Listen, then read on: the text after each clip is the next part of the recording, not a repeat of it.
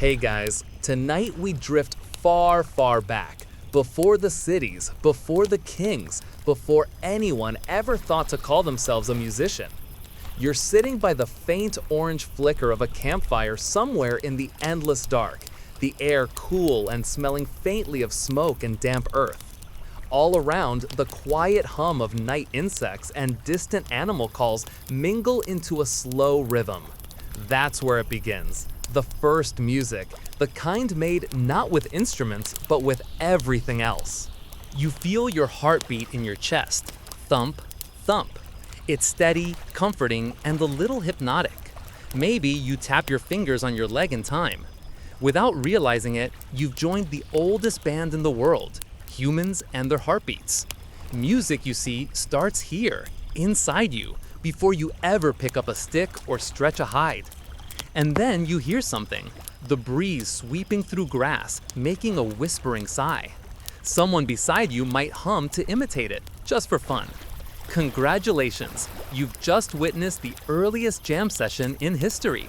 So, before you get comfortable, take a moment to like the video and subscribe, but only if you genuinely enjoy what I do here.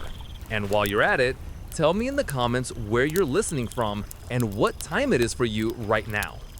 Now, dim the lights, maybe turn on the fan for that soft background hum, and let's ease into tonight's journey together. You sit in that ancient dark, the fire crackling low, and realize sound is everywhere. The rustle of leaves, the snapping of twigs, the breath of someone sleeping next to you. Long before there were instruments, people listened, and in listening, they found patterns. Anthropologists think early humans learned rhythm from the natural world. The repetition of footsteps during a long migration, the drip of water in a cave, the waves hitting a shore. It's not hard to imagine that somewhere one of your ancestors started clapping along, maybe just to keep themselves awake. That's the funny thing about us. We can't help but make order out of chaos. Even a dripping faucet feels like it should have a beat. You've probably tapped your foot without noticing. So did they. In fact, some scientists believe that the first music wasn't even for entertainment. It was for survival. A steady rhythm helped groups coordinate movement, whether marching, grinding seeds, or rowing. Imagine, you and a dozen others trudging across grasslands, tired and hungry, but keeping pace together because someone's humming softly. That hum becomes comfort, unity, maybe even hope. There's a kind of gentle poetry in that. Before we ever built flutes or drums, we already had the human voice, and it could do everything. You can sigh, hum, moan, whistle, call, cry, chant, or laugh. You could mimic a bird or the rumble of thunder. Somewhere deep in the Pleistocene, you might have done all that just for fun, sitting under a sky full of stars. The others might laugh and join in. Music doesn't need technology. It needs only breath and imagination. Now, the mainstream historical fact here is that the oldest confirmed musical instruments ever found, flutes made from bird bones, are about 40,000 years old, discovered in caves in Germany. But that's after the story we're in tonight. Before those flutes, music existed in a form we can't dig up. Maybe humming to soothe a baby, or chanting to make a hunt feel less lonely. There's no archaeological trace for that, but you can still feel it, can't you? The ghost of sound in the dark, the almost memory of someone humming to the stars. A more curious tidbit, almost a fringe idea, but not without charm, is that early humans may have used caves themselves as instruments. Some prehistoric sites have remarkable acoustics. When someone clapped or hummed, the echoes would dance around like invisible spirits. A few archaeologists have even suggested that certain cave paintings were made in places where the echoes sounded the best, as if the walls themselves demanded decoration. You can picture it. A soft hum, a reflection of sound swirling through stone, and someone realizing that the cave sings back. That's enough to give anyone goosebumps. Historians still argue whether music began as communication, ritual, or pure play. Was it the soundtrack of survival or the first expression of joy? Maybe all three. But in that debate lies something gentle, the understanding that music was never a luxury, it's always been necessary. Now imagine yourself crouching near that campfire again. A stick snaps. Someone's returning from the dark, dragging wood. They drop it in the pile, and the crackle of the fire deepens. Sparks rise like tiny glowing insects. A few of your companions murmur softly, voices low and rhythmic. You hear a pattern, soft rise and fall. Maybe it's a story. Maybe it's a lullaby. The air vibrates with meaning, even if you can't put it into words. You shift slightly, feeling the weight of the moment. This is the original concert, the original bedtime story. No instruments, no scales, just rhythm, voice, and time, and the silence between them. It's easy to forget, in our world full of playlists and headphones, that silence once meant safety. Noise could attract predators. So to sing or hum at night must have felt daring, a declaration of peace, of being human enough to make beauty when danger was all around. You probably won't survive this, by the way. Statistically speaking, the Ice Age wasn't great for your life expectancy. But in this moment, you sing anyway, and that's something immortal. The fire pops again. Someone nearby begins to stamp a foot in slow rhythm. The ground is hard, the sound deep. Another person joins, clapping softly. The rhythm builds, not loud, not wild, but steady. You close your eyes. The sound is hypnotic, grounding, timeless. If you listen carefully, you can almost hear the first step toward every drum beat, every symphony, every love song that will ever exist. Because that's the secret of this story. The soft sounds you hear tonight are the ancestors of all music. There's another theory, that rhythm came from imitation. Someone heard the drumming of rain on hollow logs or the flutter of wings and tried to copy it. Maybe you're that someone. You pick up a stick, tap it against a stone, and realize you can make that same sound again anytime you want. The first rhythm instrument. You grin. The others grin back, and now the night has company. Somewhere deep in the cave, you experiment. Tap faster, slower, softer. The echoes multiply, turning into layers of sound. It's simple, but it feels magical. That sense of control, of making the air dance, is intoxicating. Music, from its very birth, was about connection. With others, with the world, with something larger than survival. You rest for a moment, letting the sound fade.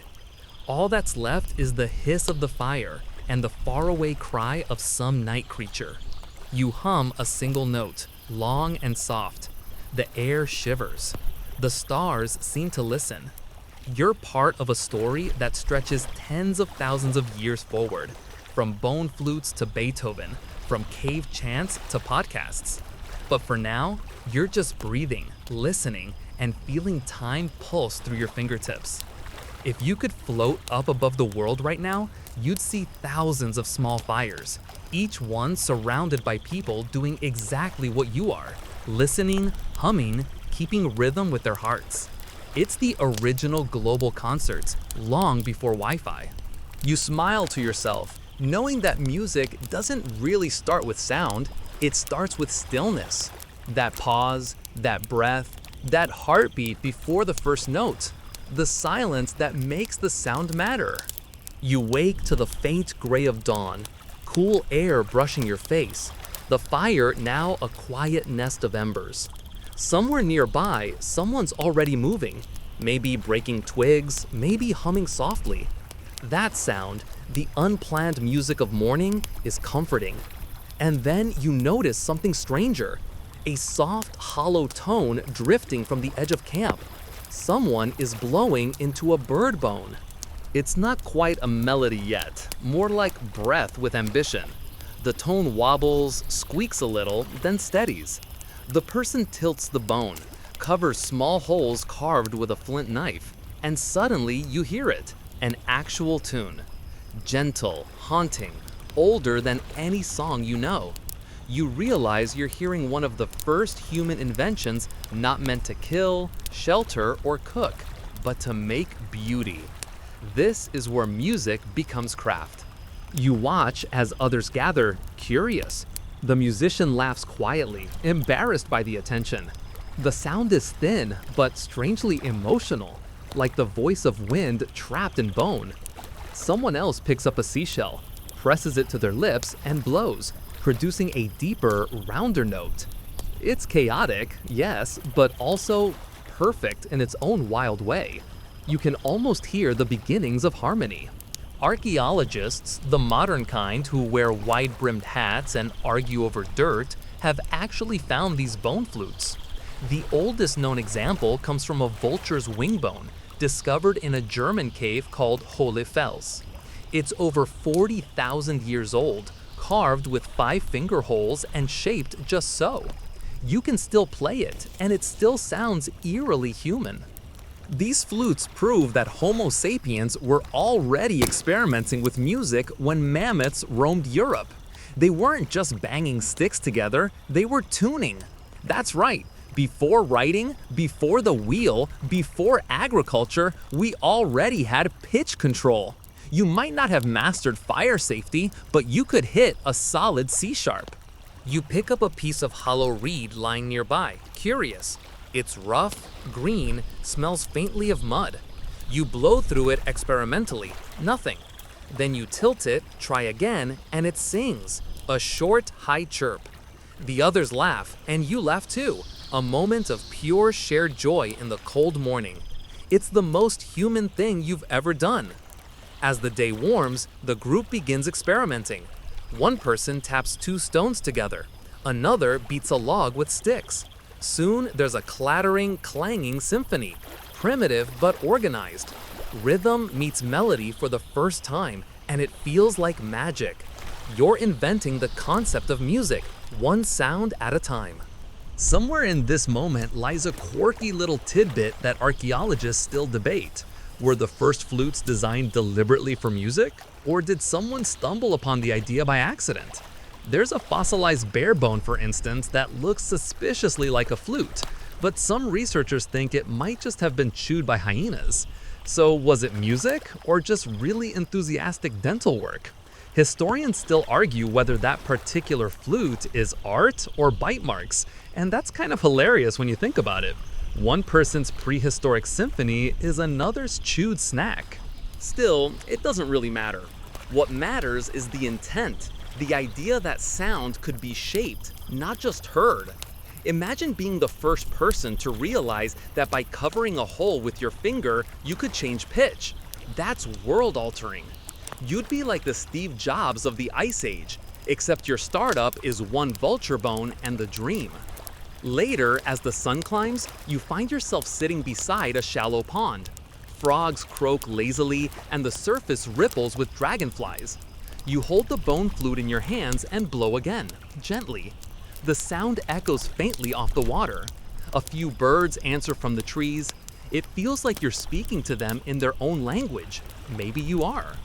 That's something else scholars wonder. Was early music an imitation of nature, or a conversation with it? Some say these bone and shell instruments were used for hunting magic, imitating bird calls to lure prey or to honor animal spirits. Others think they were for pure pleasure, a way to connect, flirt, or comfort. Historians still argue whether the earliest musicians were shamans or just the world's first people who refused to show off. You can imagine it, can't you? Night again, another fire. The same person lifts the flute, plays a rising series of notes. The others listen, maybe sway a little. The air thickens with warmth and sound. Someone starts humming along, a second voice joining, then a third. Soon, the whole camp is singing, a slow, wordless melody drifting under the stars. The flute weaves through it, shimmering like moonlight on water. There's something intimate about that moment. You can't record it, can't repeat it exactly. Every breath, every note disappears as soon as it's born. But maybe that's the point. Early music was about being there, fully and quietly, sharing the same air. You tilt your head back and watch the stars. Somewhere, a wolf howls. Someone beside you answers, not with fear, but mimicry, long and low. The howl turns into a tone, then a rhythmic pattern. You join in, softly, until the whole group is layered in sound. Flute, voice, beat, breath. This is music's true beginning, collective sound shaped by feeling. A modern anthropologist once suggested that early music may have helped humans bond socially, synchronizing emotions and rhythms to strengthen community ties. It's funny, thousands of years later, people still use music for the same thing. The technology changes, the impulse doesn't. Whether it's bone flutes or Bluetooth speakers, it's all just humans trying to hum together. You glance at the musician again. Their face is calm, their fingers sure. The tone floats, high and pure across the dark. You can almost feel the vibration in your chest. It's small but powerful, proof that even the softest sound can shape a moment. As the night deepens, someone passes you another instrument, a seashell, large and heavy. You hold it to your lips, blow, and a deep, resonant note blooms. The others cheer quietly, laughing under their breath. The shell vibrates, a physical pulse through your hands. You try again, shifting your grip, and the pitch changes slightly. It's imperfect, raw, but unmistakably musical. That's another fun French detail. Across ancient coastlines, people used conch shells as horns.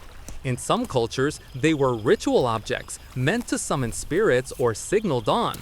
In others, they may have simply been the loudest way to tell everyone dinner was ready. Archaeologists have found shells from as far back as 17,000 years ago with deliberate mouthpiece carvings. Imagine someone on a French beach during the Ice Age lifting a shell and thinking, "Hey, I can blow through this." The world must have felt suddenly wider. You rest your hand on the shell, feeling its faint hum fade away. Around you, the night returns, soft, dark, breathing. The sound lingers only in your ears, like a memory refusing to leave. Music, you realize, isn't just entertainment, it's an anchor. It keeps you tethered to the moment, to the people beside you, to something ancient inside yourself. You're not just listening, you're remembering. Even if you've never lived this life, part of you has. You lie back on the cool earth, the flute's final note hovering like mist over the camp. For a long while, no one speaks. The air feels charged, like everyone understands that something sacred has happened, even if they don't have a word for it. That's the strange, beautiful paradox of these first instruments. They made sound so we could feel silence more deeply. The musician sets the bone flute down beside the fire. You can still see faint marks where it was carved, scratches from stone tools. It's crude, but it works. It's proof that humans could look at the world and see not just survival, but song. You close your eyes, the last echoes still humming in your chest. You think of how fragile it all is, the bone, the breath, the moment, and how it somehow lasts for tens of thousands of years. In the dark, you smile. The first music wasn't loud, wasn't grand. It was soft, uncertain, and absolutely human. The next day arrives with warmth and movement. The camp is alive again. Children chasing shadows, people grinding grain with smooth stones, someone starting another fire with sparks and breath. But your attention is caught by a different sound entirely. A slow, low thump rolling through the morning air. At first, you think it's your own heartbeat echoing, but then you realize someone's discovered the drum. You walk closer, bare feet brushing against the dusty ground. There's a hollow log lying across the dirt, the inside carefully scooped clean. Over its open mouth, an animal hide is stretched tight, pinned down with sticks and sinew. Someone squats beside it, palm hovering. Then, thump. The sound travels through your bones, deep and steady. It feels alive, like the earth itself just spoke. The others stop what they're doing, drawn by the vibration. The drummer grins and strikes again, finding rhythm. Thump, thump. It's hypnotic, familiar, almost primal. It's your heartbeat, magnified and given back to you. You crouch beside the drum, fascinated. The hide is warm under the sun, slightly taut. Each strike makes the air tremble. The sound carries far beyond the camp, bouncing between trees, calling to unseen listeners. Someone starts clapping along. Someone else adds a low hum. The rhythm spreads like ripples in water.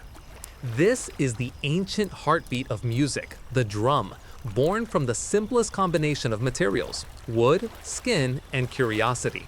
Long before cities, people learned to stretch hides over hollow spaces and strike them for sound. The mainstream historical fact, the earliest known drums date back to around 6000 BCE, found in Mesopotamia and Egypt, though simpler versions likely existed much earlier. Some cave paintings even show people dancing with round objects that look suspiciously like drums. But that's the history on paper, or well, on clay shards. You're living the version that doesn't fossilize, the moment someone first realized the ground could sing if you hit it right. You try it yourself. You crouch beside the drummer, who hands you a stick, nodding permission. You strike once, awkwardly, and the log hungs. The sound is rough but satisfying. You try again, softer, then harder, finding the difference between tone and thud. Soon, your strikes fall into rhythm with the others. The pattern grows, simple but steady. It's not chaos anymore, it's coordination.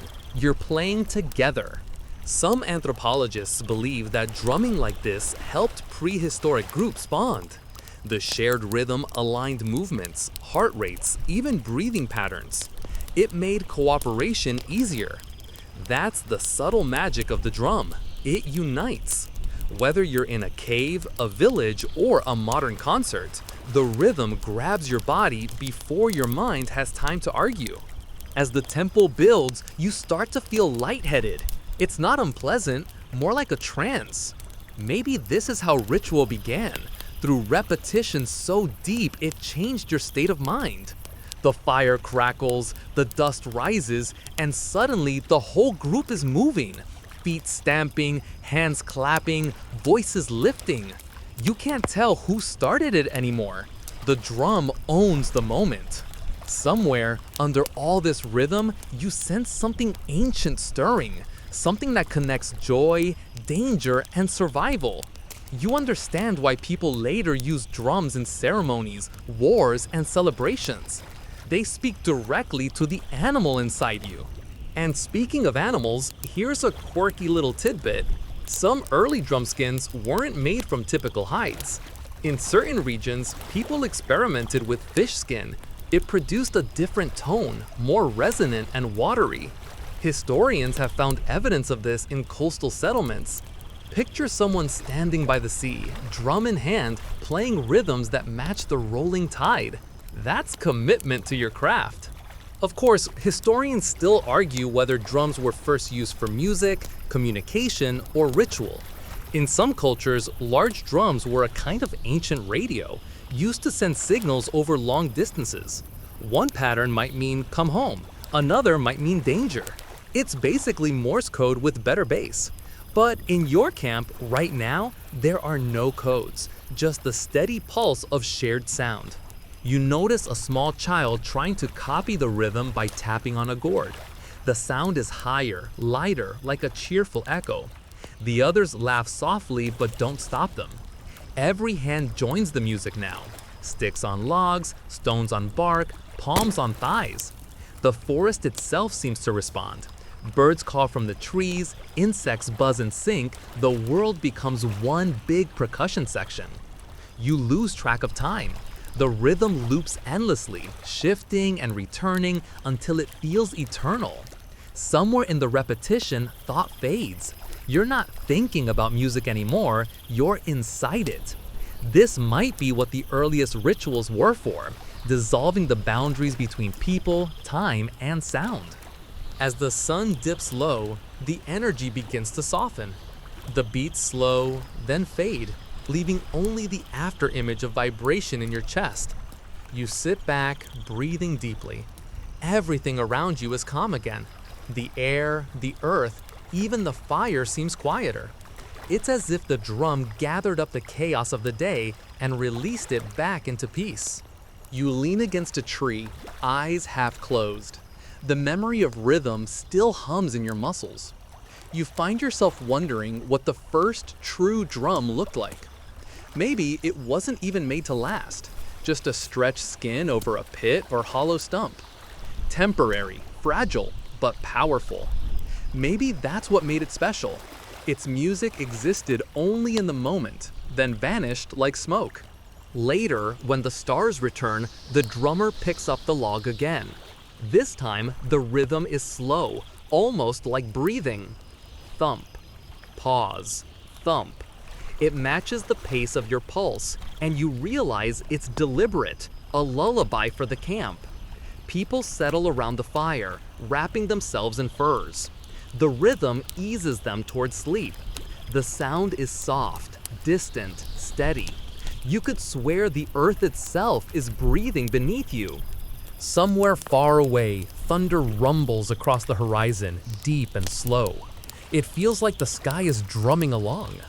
That's another thought ancient people surely had, that nature was full of percussion. Thunder, rain, the stomp of herds, the crack of fire. You didn't invent the drum, you just learned to speak the language of the world. A thought crosses your mind. If this is the birth of rhythm, then everything that comes after, every marching band, every lullaby, every heartbeat monitor, owes its origin to this moment. One stretched tide, one hollow log, one curious human. You smile at the simplicity of it all. The first drum wasn't made to impress or perform, it was made to feel alive. The pulse of it mirrored the body's own rhythm. It's the sound of being here, now, real. Somewhere in the shadows, the drummer keeps playing quietly, long after everyone else has fallen asleep. Maybe it's habit, maybe it's devotion. You hear it as you drift off, steady, soothing, ancient. The sound that reminds you you're still breathing. The rhythm blurs into your dreams, and you see flickers of other times. African hand drums echoing across savannas, native frame drums painted with stars, Polynesian log drums carved with faces. All of them, somehow, connected back to this one heartbeat in the dark. The drum slows again, one last thump, and fades into silence. But even silence, you realize, carries its own rhythm. The night hums, your pulse answers, the world keeps time. Morning returns, this time with a shimmer of mist and the faint smell of dew on grass. You stretch beneath the soft dawn light, hearing the usual sounds of camp. The crackle of new firewood, the chatter of voices, a few distant bird calls. But this morning, there's something new. A long, twangy vibration cuts through the quiet air, strange and almost electric. You blink and turn toward it. Someone is plucking a string. It's a thin strip of dried sinew stretched between two bent sticks. Every time the player plucks it, the air seems to tremble. The sound is both sharp and tender, like the sigh of wind caught in a bowstring. You watch as they tilt the frame slightly, tightening the tension. The note rises, then falls, singing softly. You've heard rhythms, breath, and percussion before, but this feels different. This sound stays. It rings, lingers, hums. The others notice it too, heads turning, faces curious. It's as though a new kind of voice has joined your world. You wander closer, sitting down in the grass, chin propped on your hand. The person, let's call them the camp's accidental inventor, smiles shyly, then plucks again. The vibration hums through the air like a bee caught in sunlight. You can actually feel it in your bones. No one speaks for a while. Everyone just listens. This is the birth of the string. It likely began as something practical. The mainstream historical fact, many early string instruments evolved from hunting bows. When a hunter noticed that his bowstring produced a tone when plucked, curiosity did the rest. Eventually, someone added a second string, then more, then a resonating box. Over centuries, that curiosity grew into the lyres, harps, and zithers of the ancient world. But right now, in this quiet meadow, you're watching that idea take its first breath. A single note held in air long enough to make the world stop for a heartbeat. The player shifts, holding the bent wood near their ear, testing different tensions. You can tell they're fascinated by the sound, the same way a child is when they first learn that glass can sing if you rub it right. They twist a little tighter, pluck again, and the note rises, sharp but sweet. Then they loosen it and the sound deepens, rounder, gentler. Everyone murmurs approval. Someone else joins in with a drum, keeping a slow rhythm beneath the shimmering notes. Another hums softly in accompaniment. Suddenly, there's harmony, a fragile, accidental duet that feels older than time. You close your eyes, listening. The plucked string dances above the drum beat like a bird gliding over waves. You can hear every vibration ripple through the still air. It's not a song, not yet, but the idea of one. Here's a quirky little tidbit for you. Ancient Egyptian tombs have paintings of harps that date back over 4,000 years. Some of them were more than 6 feet tall and strung with gut or fiber. The oldest surviving string instrument ever found, a type of lyre, was discovered in Ur in ancient Mesopotamia around 2500 BCE. Its gold bull's head and shell inlay suggest that even then, people treated music as sacred, not just entertaining. You can almost imagine a royal musician plucking a melody under flickering lamplight while kings drifted to sleep. Historians still argue whether the harp evolved independently in multiple places or spread through trade routes from one ingenious bowplucker. Either way, it's comforting to think that the human impulse to stretch strings and make sound was universal. You and someone thousands of miles away, separated by oceans and centuries, both thought the same thing. What happens if I pull this a little tighter? The player beside you plucks again, this time more confidently. They begin to explore, creating patterns, short, fast bursts followed by long, soft drones. The tone feels alive, almost speaking. It's delicate, but it carries emotion in a way that no drum or flute quite can. You notice a small hollow gourd nearby, one side scraped open. The player sets the stick across it, and the sound suddenly deepens. The gourd acts like a natural amplifier, or resonating chamber. You lean closer, amazed at the difference. The world's first subwoofer, if you like. You might laugh, except the sound is too beautiful for humor. The player smiles again, clearly delighted by the discovery. They keep experimenting, tilting, plucking, even tapping the gourd lightly with their knuckles. Every sound adds something new to the growing vocabulary of music. You can almost feel the future vibrating in those strings. The sun climbs higher, drying the morning mist.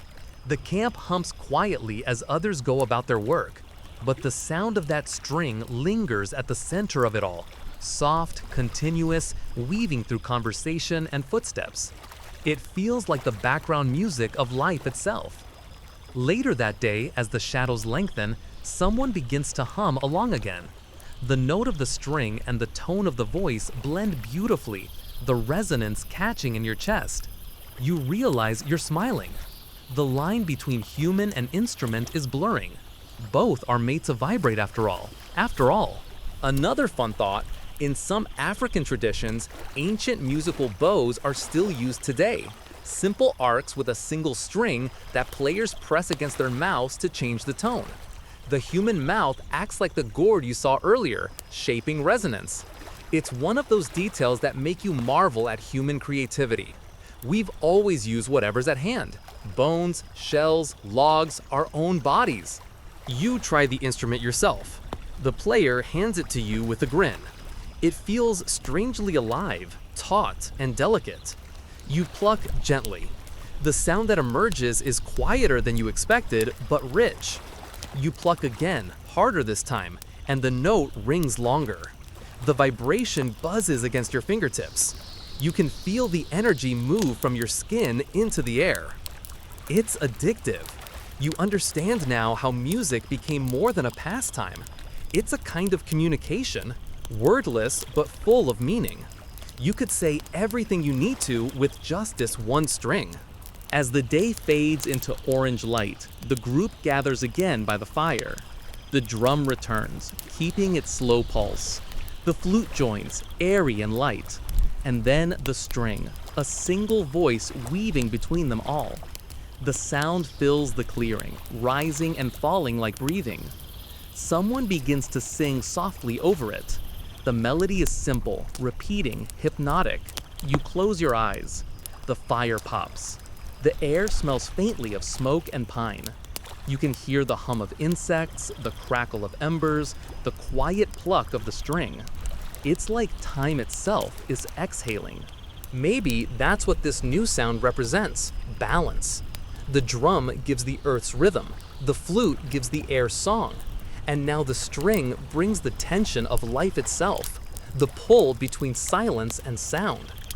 Every note feels like a heartbeat stretched thin, vibrating on the edge of something divine. You wonder, briefly, if this is why so many ancient cultures later believed music came from the gods. The Greeks would one day say Apollo created the lyre. The Hindus would say Saraswati strung the veena with wisdom itself. Maybe those myths began right here, in moments like this, when one trembling note felt too beautiful to be human. The fire burns lower. The music softens. The string instrument lies across the player's knees, glowing faintly in the firelight. You can still hear the echo of its last note humming in your ears. Around you, people lie down, breathing evenly. The air feels calm, stretched, suspended between sound and silence. You lie back too, watching sparks drift upward, each one fading like a plucked note into the dark. Somewhere inside you, the hum continues. Maybe it always will. Because once you've heard the string, the tension and release, the fragile song drawn from nothing, you can never unhear it. It's the sound of connection, of one small vibration resonating through everything else. You close your eyes, and even as sleep begins to take you, you still feel that invisible string humming between your heart and the night sky. When morning comes again, it's different. The air feels still, heavy with expectation. The camp is quiet. No drums, no plucked strings yet. The last night's music still lingers in your bones, humming softly like an echo that refuses to fade. You can almost feel the afterimage of sound, the ghost of rhythm pulsing beneath your skin. Someone nearby is sharpening a tool, the stone rasping against wood. The scraping sound repeats, rhythmic but harsh. You notice it, how even the simplest work creates a pattern, a rhythm of its own. There's a strange satisfaction in that. You begin to realize something quietly profound. Everything humans do seems to carry rhythm. Walking, grinding, weaving, even breathing. Maybe that's why music feels so natural, because it's not separate from life. It is life. You rise and wander toward the edge of camp. The light is gold and thin, filtered through early mist. A group of people have gathered near the riverbank, where reeds sway in the wind. A woman kneels by the water, holding a hollow reed to her lips.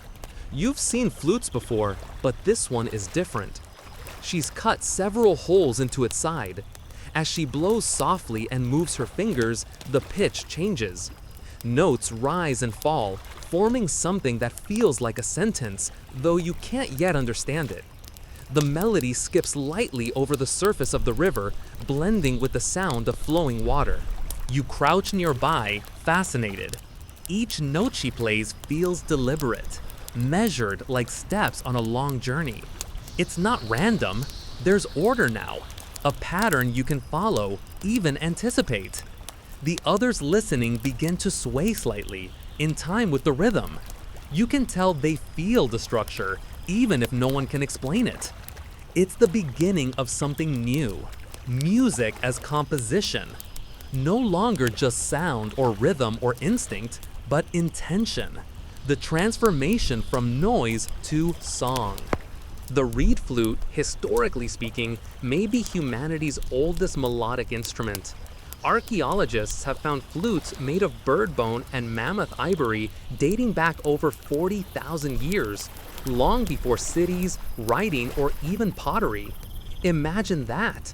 People sitting by ancient campfires, shaping sound from hollow bone, filling the dark with music. You can almost hear them now, the ancient breath of those long-gone flutists, sending melodies out into the night. The woman continues to play, her fingers dancing across the holes, the melody gentle but intricate. She's exploring, testing how sound behaves, how one note answers another. You realize she's building structure, almost like a language. There are pauses now, intentional silences between phrases. The group leans in during those pauses, waiting. When the next note comes, it feels like an answer to a question you didn't know you'd asked. You close your eyes. The flute's sound is smooth, liquid. It bends and curls like the river itself. You can almost see the shape of the melody, a ribbon of air weaving through the morning. The woman smiles faintly as she plays, lost in her own rhythm. Around her, the others begin to hum quietly, adding low tones beneath the high, airy notes. The sound grows, layer by layer. You think of the string player from before, the tension and vibration of their bow, the drum player with their heartbeat pulse, and now the flute, adding breath and melody. Each new sound feels like an element: earth, fire, air, and water. Together, they form something balanced, whole. The group is no longer just making sound, they're communicating. The tones rise and fall like words, and you can sense emotion inside them: calm, curiosity, even joy. For a moment, you understand what music really is: an invisible thread between minds. You wonder how many thousands of years it took for this to happen, for sound to turn into structure, for rhythm to turn into ritual. Anthropologists say music likely began as a way to bring people together, to strengthen bonds, soothe infants, or prepare hunters for the chase. But listening now, it feels deeper than that. This isn't just survival, it's expression. Someone begins to move with the music, slow at first, just a sway, a turn of the shoulders. Then another joins, and another. The air fills with soft footfalls, the swish of movement. Dance has entered the circle. The flute changes its rhythm to match, quickening slightly. The dancer responds, lifting arms gracefully, feet finding the beat. Around you, faces glow with quiet joy. You're watching the first performance unfold, not for gods, not for survival, but for sheer beauty. And that's how it probably began too. In countless early villages, music and movement merged into rituals. Songs for harvest, for rain, for mourning, for joy. Ancient people didn't separate art from life. A melody wasn't for listening, it was for living, breathing, being together. You feel your own foot tapping, almost involuntarily. The rhythm wraps around you. Even the sound of the river seems to join in, the gurgling water marking its own subtle tempo. It's as though nature itself has joined the song. Then, as the melody winds down, the flutist lowers her instrument. The last note fades slowly into the air, like mist dissolving in sunlight. Silence follows, but it's not empty. It's warm, alive, buzzing with shared feeling. You look around and everyone is smiling. Someone begins to speak softly, almost chanting. Their voice rides the silence gently, rhythmic but without melody. Another voice joins, then another, until the air fills again, not with instruments this time, but with human sound alone. A chorus of murmured tones, wordless yet harmonious. You recognize it instantly, the human voice, rediscovered as the most natural instrument of all. The chanting grows steady, layered in gentle harmony. The flutist listens, then lifts her reed again, weaving between the voices. The combination is spellbinding, breath and tone and rhythm all intertwined. You sit perfectly still, afraid even your heartbeat might disturb the fragile beauty of the sound. Time stretches. The music rises and falls like waves on a shore. No one seems to lead, and yet everything flows perfectly. It's as if everyone understands instinctively what comes next. This is what later ages will call harmony, the meeting of multiple voices in one shared space. When the final sound fades, you find yourself breathing slower, deeper. The group sits in silence, watching the ripples in the river. For a long while, no one speaks. The music has left a kind of peace behind, like a spell that softens the world. Eventually, people begin to move again, gathering tools, preparing food, tending fires. But you can tell something fundamental has shifted. From this moment onward, sound will never be just sound. It will carry meaning, memory, and connection. In the days that follow, the camp's soundscape evolves.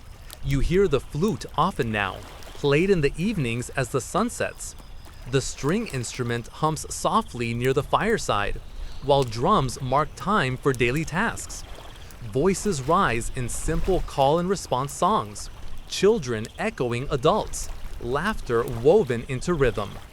You realize as you drift to sleep each night that you're living in the first orchestra. A small one, yes, but an orchestra nonetheless. And perhaps that's how it's always been. Long before grand concert halls or written notation, before pianos or violins or symphonies, music was already here, in the wind, in footsteps, in breath. It was never invented all at once. It emerged quietly through thousands of small discoveries like this: a tightened string, a hollow reed, a resonant chord, a steady beat. Each sound built upon the last, just as generations build upon those before them. You think about that as you lie back near the fire one evening, the last light flickering over the water. The flute plays a soft, slow melody. The rhythm of drums fades in the distance. You can almost feel history moving forward through sound, through song and silence, through time and heartbeat. And as the stars appear, twinkling faintly above the dark horizon, you understand. This is how memory began. Not in words or carvings or scrolls, but in melody, in repetition, in the gentle, eternal rhythm of music that carries stories long before they're written down. You close your eyes. The air is cool. The flute's tone lingers like a whisper. The world breathes. You breathe. And somewhere, far in the future, someone will still be listening. You wake to a metallic ringing, soft, distant, and oddly melodic. At first, you think it's just the morning breeze whistling through the trees, but then it comes again, a clear, deliberate tone, like a voice made of light. You follow the sound across a rocky ridge until you reach a cluster of stones arranged in a semicircle. A man stands there, holding another rock in his hand. He strikes one of the larger stones with careful precision. Clink! The sound echoes, shimmering through the cool air. He moves along the arc, tapping different stones. Each one sings with a slightly different pitch. It's not just noise, it's music made from the bones of the earth itself. You realize you're watching an ancient lithophone performance. Stone music, possibly among the earliest forms of tuned percussion. It's astonishing in its simplicity. No animal hides, no strings, no breath, just rock, resonance, and rhythm. The player closes his eyes as he continues, finding the pattern hidden within these ancient slabs. Each strike seems to awaken the landscape itself. The tones overlap, drifting outward like ripples in a still pond. You can almost feel the vibration through your feet as though the ground hums along. The air tastes metallic, sharp, but clean. It's a different kind of music, one that doesn't imitate life, but echoes it. Historians still argue whether these early singing stones were used for ceremonies, communication, or simple play. Some believe they marked sacred sites where the earth's voice could be heard. Others think they served as primitive warning systems or tools for ritual trance. Either way, they reveal something important. Ancient people were listening, experimenting with how the world itself could sing. You move closer and notice that some stones are chipped, carefully shaped to ring at specific frequencies. The musician taps one that produces a deep, resonant tone, so low it almost vibrates your chest. Another gives off a bright, bell-like note that hangs in the air long after the strike. Together, the tones blend in a strange harmony that feels both alien and familiar. When he finishes, the man smiles faintly and gestures for you to try. You hesitate, partly out of respect, partly because you're worried you'll mess up the rhythm. But you take the small hammer-like stone and strike gently. The sound blooms, soft, round, almost like a sigh. You can't help but grin. There's something deeply satisfying about drawing music from solid rock. Nearby, others are at work on bronze. You hear the steady clang of metalworkers shaping small discs, hollow bowls, and thin plates. The smell of fire and molten ore fills the air. Sparks rise into the dawn like fireflies. These artisans aren't making tools or weapons. They're creating something else, something that shines and sings. You step closer, watching them pour glowing bronze into shallow molds. When the metal cools, they lift the pieces, beautiful curved shapes with smooth edges and polished faces. One craftsman holds up a newly cast disc, runs a stick around its rim, and clang! A clear, ringing tone bursts forth. Everyone around turns to listen. This is the birth of the bell. It's mesmerizing, the purity of its tone, the way it hangs in the air longer than any drum beat or string note. The craftsman grins, clearly pleased. He strikes it again, this time harder. The pitch is slightly higher, shimmering and bright. Another bell, slightly larger, hums a deeper tone. When struck together, they create an almost celestial harmony. You realize that metal has given humanity something new, sustain. Unlike wood or skin or reed, metal sings longer. It carries sound through distance and time. Soon, more artisans join in. A chorus of bells fills the air, overlapping tones weaving together like sunlight through water. Each one rings at a different pitch, forming an accidental scale. The community gathers, enchanted. Some begin to chant softly beneath the sound, as if instinctively recognizing its sacred quality. In ancient China, bells like these would later become tools of ritual and state, tuned precisely, each one representing cosmic order. In temples and courts, bronze bells were played not just for music, but to align with the heavens themselves. Meanwhile, in other corners of the world, gongs, cymbals, and chimes would emerge independently, proving once again that humans everywhere hear potential in the materials around them. You sit on a rock and watch as the sound of bronze and stone merge, metal ringing above, stone resonating below. The two timbers intertwine, blending earth and fire into one voice. It's hypnotic, grounding, yet somehow transcendent. A woman joins the group carrying something unusual, a thin metal plate strung on a cord. She swings it gently and the plate vibrates, humming softly. The sound isn't loud, but it's rich, layered with strange harmonics. When she stops it with her hand, the tone vanishes instantly, leaving a silence that feels charged. Everyone listens to that silence, It's almost as beautiful as the sound itself. You start to notice a pattern. Ancient musicians seem to understand something modern listeners sometimes forget, that silence is part of music too. Every pause, every moment of stillness frames the sound, gives it meaning. As the group continues experimenting, the tones grow more complex. Someone brings a curved metal bowl filled with water and gently strikes its rim. The tone wobbles, warbling like a living voice. The pitch bends subtly as the bowl vibrates against the liquid, a primitive version of what future generations will call vibrato. You grin. Even without modern science, they're already discovering acoustic physics by ear. Historians still argue whether these instruments had spiritual or scientific purposes, you murmur to yourself. But maybe that's the wrong question. Maybe for these people, art, science, and spirituality weren't separate.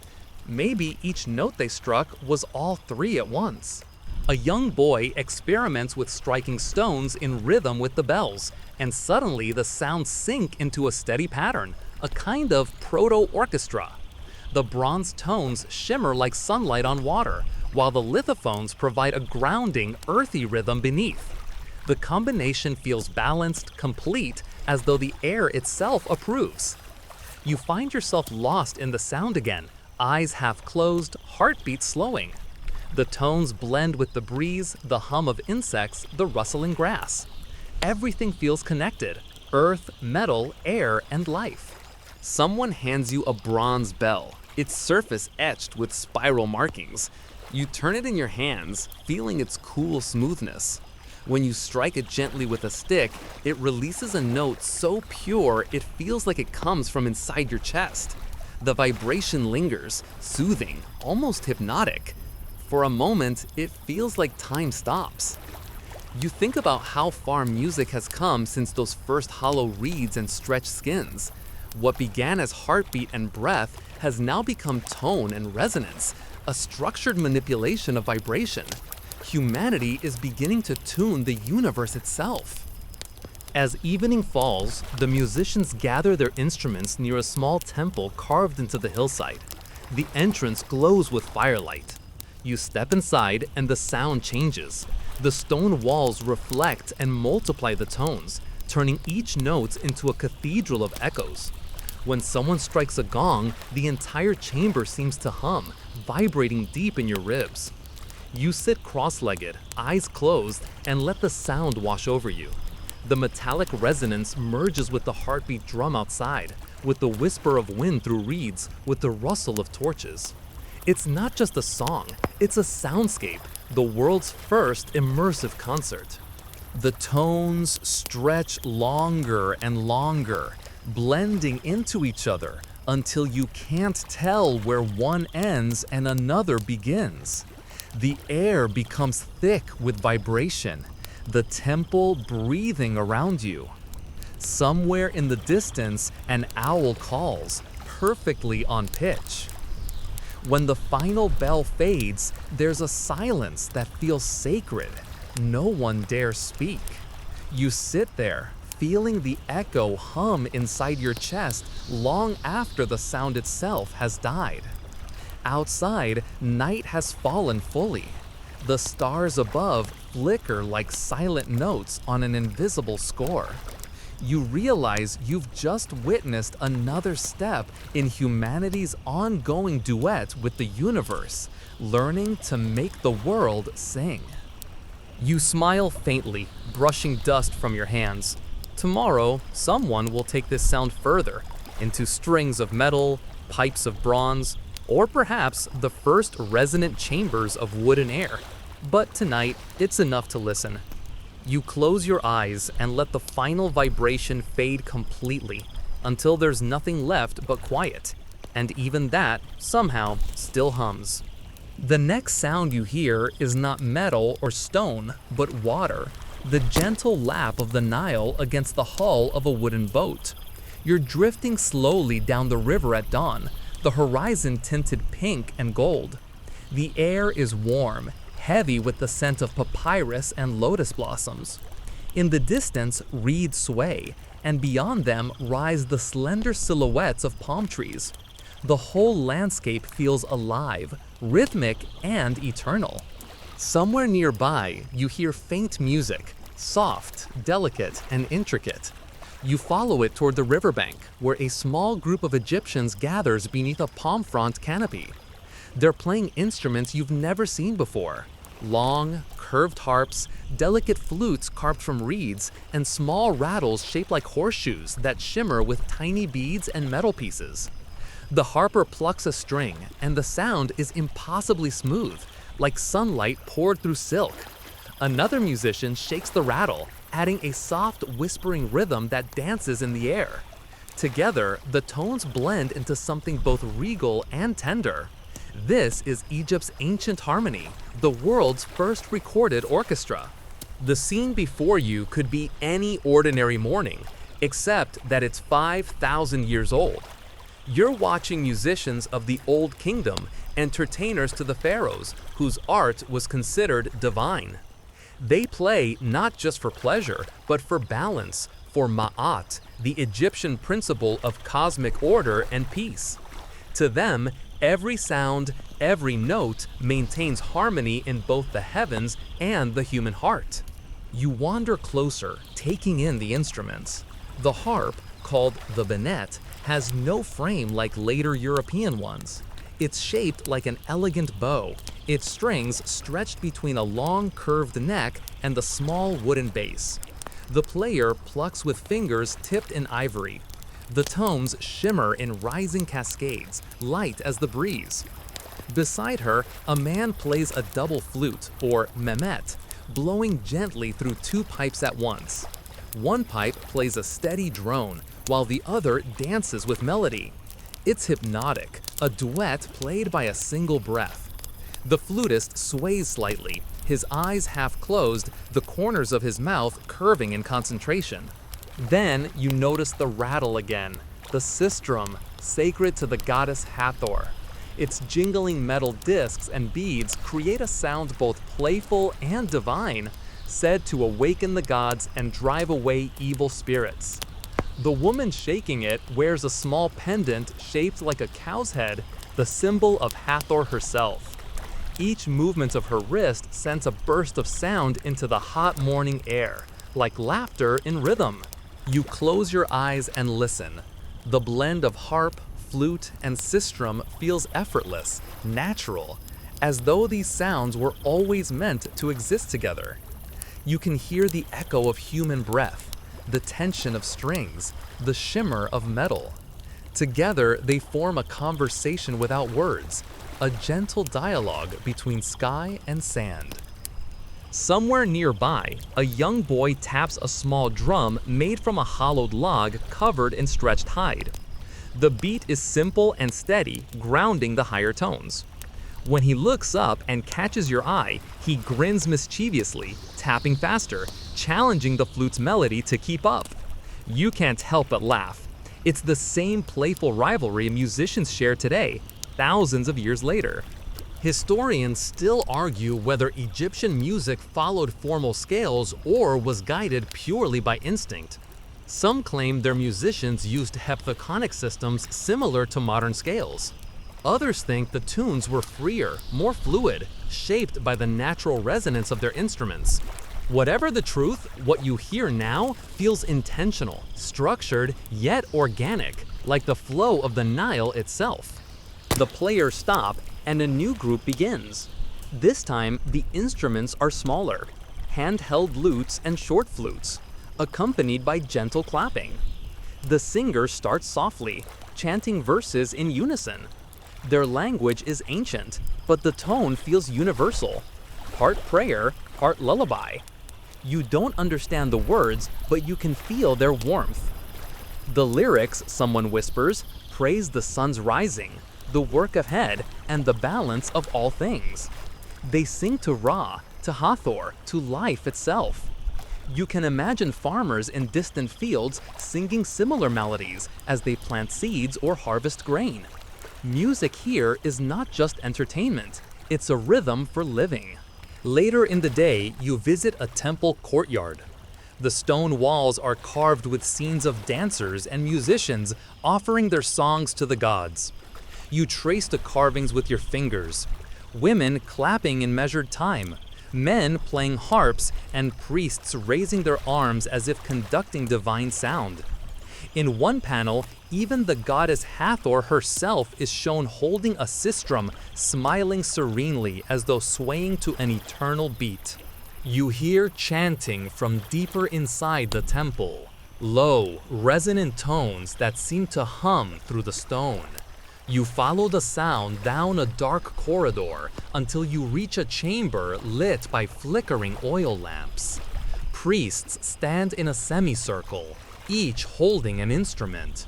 One plays a long trumpet made of bronze, the note reverberating against the walls.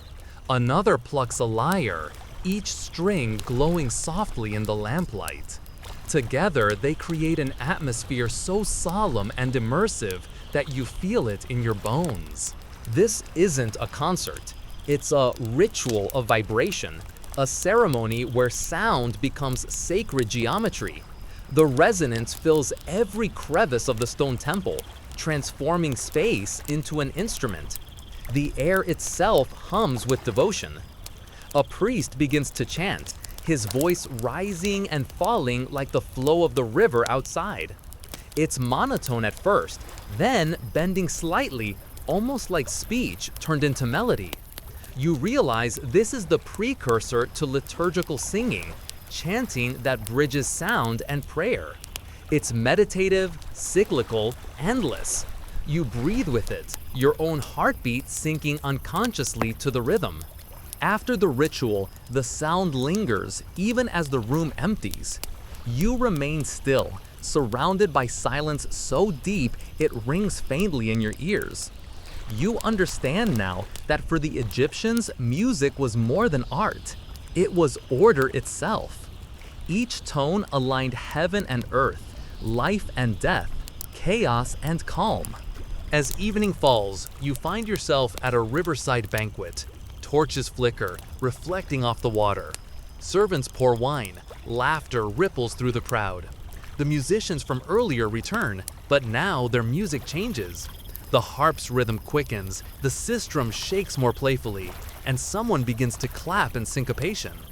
A woman with bells around her ankles steps forward and begins to dance.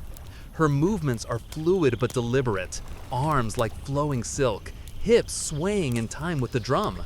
The crowd claps along softly, their smiles easy, their worries forgotten for the night. You can almost taste the joy in the air, the timeless power of music to dissolve the edges of the day. Even the pharaoh, sitting at the head of the table, seems entranced. His head tilts slightly in rhythm. The musicians' eyes flick toward him, measuring every mood. They know the stakes. In Egypt, a wrong note during ritual could offend the gods, or worse, the ruler himself. But tonight, everything aligns perfectly. The sound carries over the Nile, echoing off temple walls and drifting toward the pyramids in the distance. You imagine those stone giants absorbing the music, their sloping sides shimmering faintly in the moonlight. Perhaps you think even the pharaohs buried inside can still hear it. After all, sound travels through stone. As the night winds down, the musicians play slower, softer. The harpist hums under her breath, each note a whisper of memory. The dancers rest, the audience relaxes. Torches dim, and the steady whisper of the Nile becomes the last rhythm left. You lean back, gazing at the stars reflected in the river. Somewhere, a single sistrum jingles one last time, a delicate, fading echo. The goddess Hathor, they say, smiles whenever it rings. And as the sound dissolves into the warm Egyptian night, you realize that every civilization leaves its song behind, not carved in stone, but carried in the air, endlessly passing from one listener to the next. The Nile murmurs, the stars shimmer, and the music of ancient Egypt drifts softly on the wind, eternal and still. The night has deepened now, and the moon glides slowly over the desert. The faint light paints the sand in silver and blue. You leave the riverbank and wander through the quiet streets of Thebes, where most homes have gone still. A few oil lamps flicker faintly through open doorways, and from one of them you hear a murmur of laughter, the clink of cups, and the rhythm of a soft, steady song. You follow the sound until you reach a small courtyard where a family gathers beneath a fig tree. The scene is peaceful and intimate. An elderly man sits cross-legged beside a low table, while two young women, perhaps his daughters, prepare food. The scent of roasted fish mingles with coriander and garlic. Nearby, a boy tends a small fire, adjusting the coals carefully, while another man pours wine into clay cups. You sit quietly at the edge of the courtyard, unnoticed at first, letting the sounds of evening life settle around you. The world feels simple here, measured not by hours or minutes, but by rituals of rest, food, and companionship. The old man begins to speak. His voice is low but clear, rich with age and patience. You don't understand every word, but the rhythm of his speech is unmistakable. It's a story. The others lean in, smiling, familiar with his tone, perhaps even the story itself. Still, they listen, because stories in this world aren't just entertainment. They are wisdom. They are memory. He speaks of gods and kings, of battles and floods, of how the sun god Ra once sailed his bark across the heavens and through the underworld each night to be reborn at dawn. But then his tale shifts, not to myth, but to something closer to life. He tells of a farmer who built his own boat from the reeds of the Nile, who worked day after day, only to have it stolen by his master. At first, you think it's just another folktale, but then you realize it's the tale of the eloquent peasant, one of the oldest works of literature ever written. You can almost hear the peasant's voice in your mind, calm, persistent, eloquent. The story follows him as he pleads for justice, not through anger or violence, but through words, measured, beautiful, reasoned words. His speeches are so poetic that the officials who hear them write them down to preserve their perfection before granting him his request. It's a story about the power of truth and eloquence, a message that transcends time. And as you listen, you notice how the family around you reacts, nodding slowly, smiling at the familiar turns of phrase. For them, this isn't ancient literature. It's a moral compass, a reminder that speech itself can uphold ma'at, the cosmic balance of order and justice that governs all Egyptian life. When the story ends, there's a moment of silence.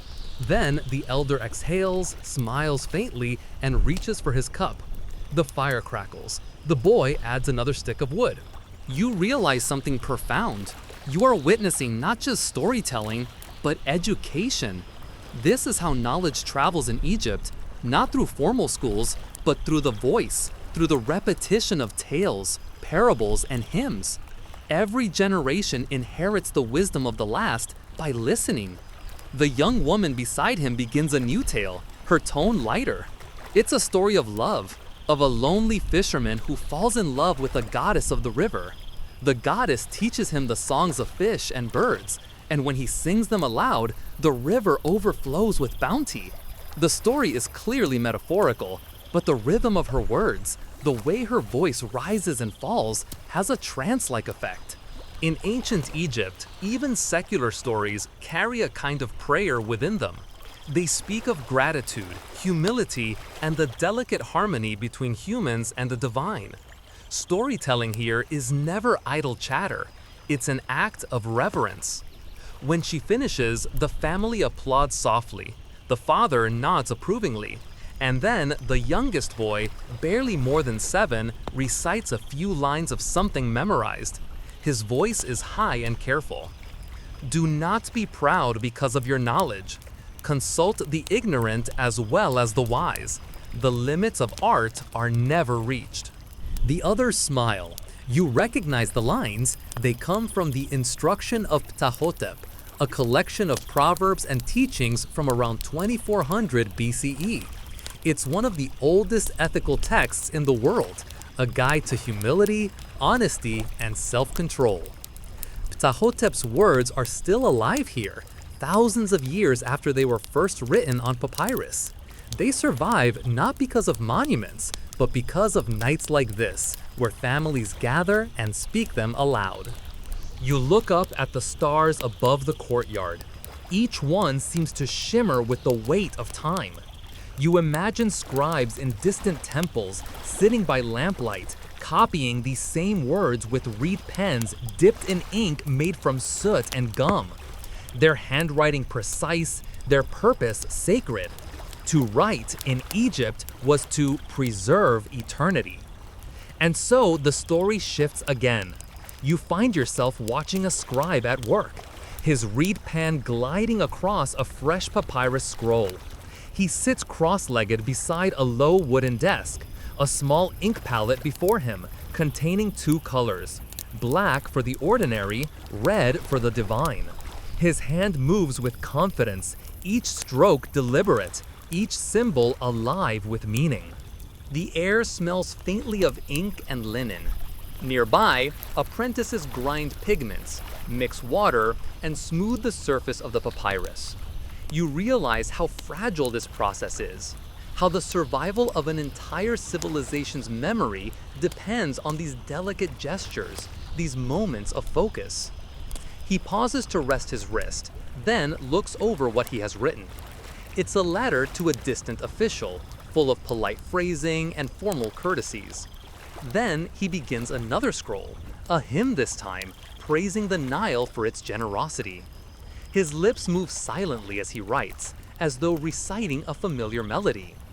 Hail to you, O Nile, who comes forth from the earth, who gives life to Egypt. His voice is reverent, but also practical. For him, writing isn't just devotion, it's survival. It's how taxes are collected, how trade is recorded, how orders are given, how prayers are remembered. Writing transforms sound into permanence, breath into stone. In the corner, a young boy practices the alphabet of hieroglyphs on a broken shard of pottery. He frowns in concentration, his strokes uneven but full of effort. The master corrects him gently. Do not hurry. The gods watch through your pen. You smile.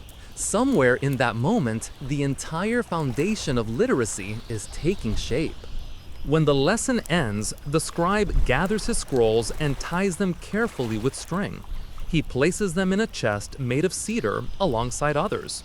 Each scroll, he knows, may outlive him by centuries. Some may even be read by the dead themselves, as offerings placed within tombs to guide souls into the afterlife. He extinguishes the lamp, leaving the scent of burnt oil lingering in the air. The room falls silent again, but the silence feels full, not empty. It hums with potential, with all the stories yet to be told. Outside, the night breeze stirs. You walk back toward the Nile. The city sleeps, but the river whispers eternally. Somewhere, a distant harp plays faintly, a solitary note, like the echo of a thought half remembered. You close your eyes and think of all that endures, the rhythm of music, the echo of words, the careful lines of ink across papyrus. Egypt's soul is not only in its pyramids or temples, it lives in these small, intimate acts of creation. A song, a story, a line written by candlelight. They are all prayers to time, soft and patient, and as you drift once more beside the Nile, lulled by its eternal current, you understand that the Egyptians did not simply seek immortality in death. They achieved it, quietly, in every note sung, every story told, every mark left upon the page. The wind sighs across the river reeds, a star falls, and the night carries on, endlessly, beautifully, like a story that never truly ends. You wake to the warmth of sunlight filtering through olive leaves, the Nile far behind you now. Cicadas buzz softly, and the scent of thyme drifts in the breeze. You're in ancient Greece, sometime between the 6th and 4th centuries BCE, the cradle of philosophy, democracy, and, of course, harmony, literally. The Greeks don't just play music, they think about it. They measure it, debate it, even moralize it. For them, music isn't background noise, it's the blueprint of the cosmos. The philosopher Pythagoras once claimed that the entire universe was held together by invisible strings, vibrating in perfect ratios. The same math that governs the lyre, he said, governs the stars. You stretch lazily, imagining the music of the spheres, an eternal, celestial hum that only the enlightened can hear. It's a poetic thought, and maybe a comforting one. After all, it means you're never truly in silence. Somewhere, the universe is always humming its gentle, endless lullaby. A few steps away, a young man sits under a fig tree, plucking at a cithara, a 7-stringed instrument shaped like a small harp but with a more assertive sound. The notes rise in the warm air, clear, deliberate, mathematical. He's not playing for pleasure alone. He's studying the ethos of sound, the belief that music shapes character. Play too much of the wild Phrygian mode, they say, and you'll grow reckless. Stick to the Dorian mode and you'll become disciplined. Imagine if your Spotify playlist could literally change your moral compass. Nearby, an older man in a simple cloak watches him closely. His beard is long, his eyes patient. You recognize him instantly, Socrates perhaps, or at least a teacher in his image. He says softly, "Music molds the soul. Train it as you would the mind." The student nods and tries again, his fingers pressing the strings into cleaner intervals. The sound is mesmerizing, each pluck precise yet warm. You can almost feel the ratio of vibration in your bones. One string vibrating twice as fast as another makes the same note an octave higher. It's pure physics, long before physics existed as a word. And yet, for all their precision, the Greeks are also dreamers. Music isn't merely about structure, it's about balance. They use it in theater, in religious festivals, and in everyday rituals. Even Aristotle, who spends most of his time classifying things, admits that music can purify emotions. He calls it catharsis, a gentle washing of the soul. The afternoon deepens. You wander down a sun-drenched path toward a small amphitheater carved into the hillside. Locals are gathering. Farmers, children, a few city folk from nearby Athens. A troupe of actors prepares for a performance, tuning their auloi, double-piped instruments that sound like a cross between an oboe and a bagpipe, only more plaintive. The aulos is strange to modern ears. Its sound both haunting and powerful, capable of carrying across open air. One player adjusts his reed, squints into the distance, and begins to play. The melody twists and turns, hypnotic. It's not meant for dance, it's meant for emotion. The actors join in, reciting lines from a tragedy by Euripides. The story is about loss, pride, and divine punishment. Cheerful bedtime fare, obviously.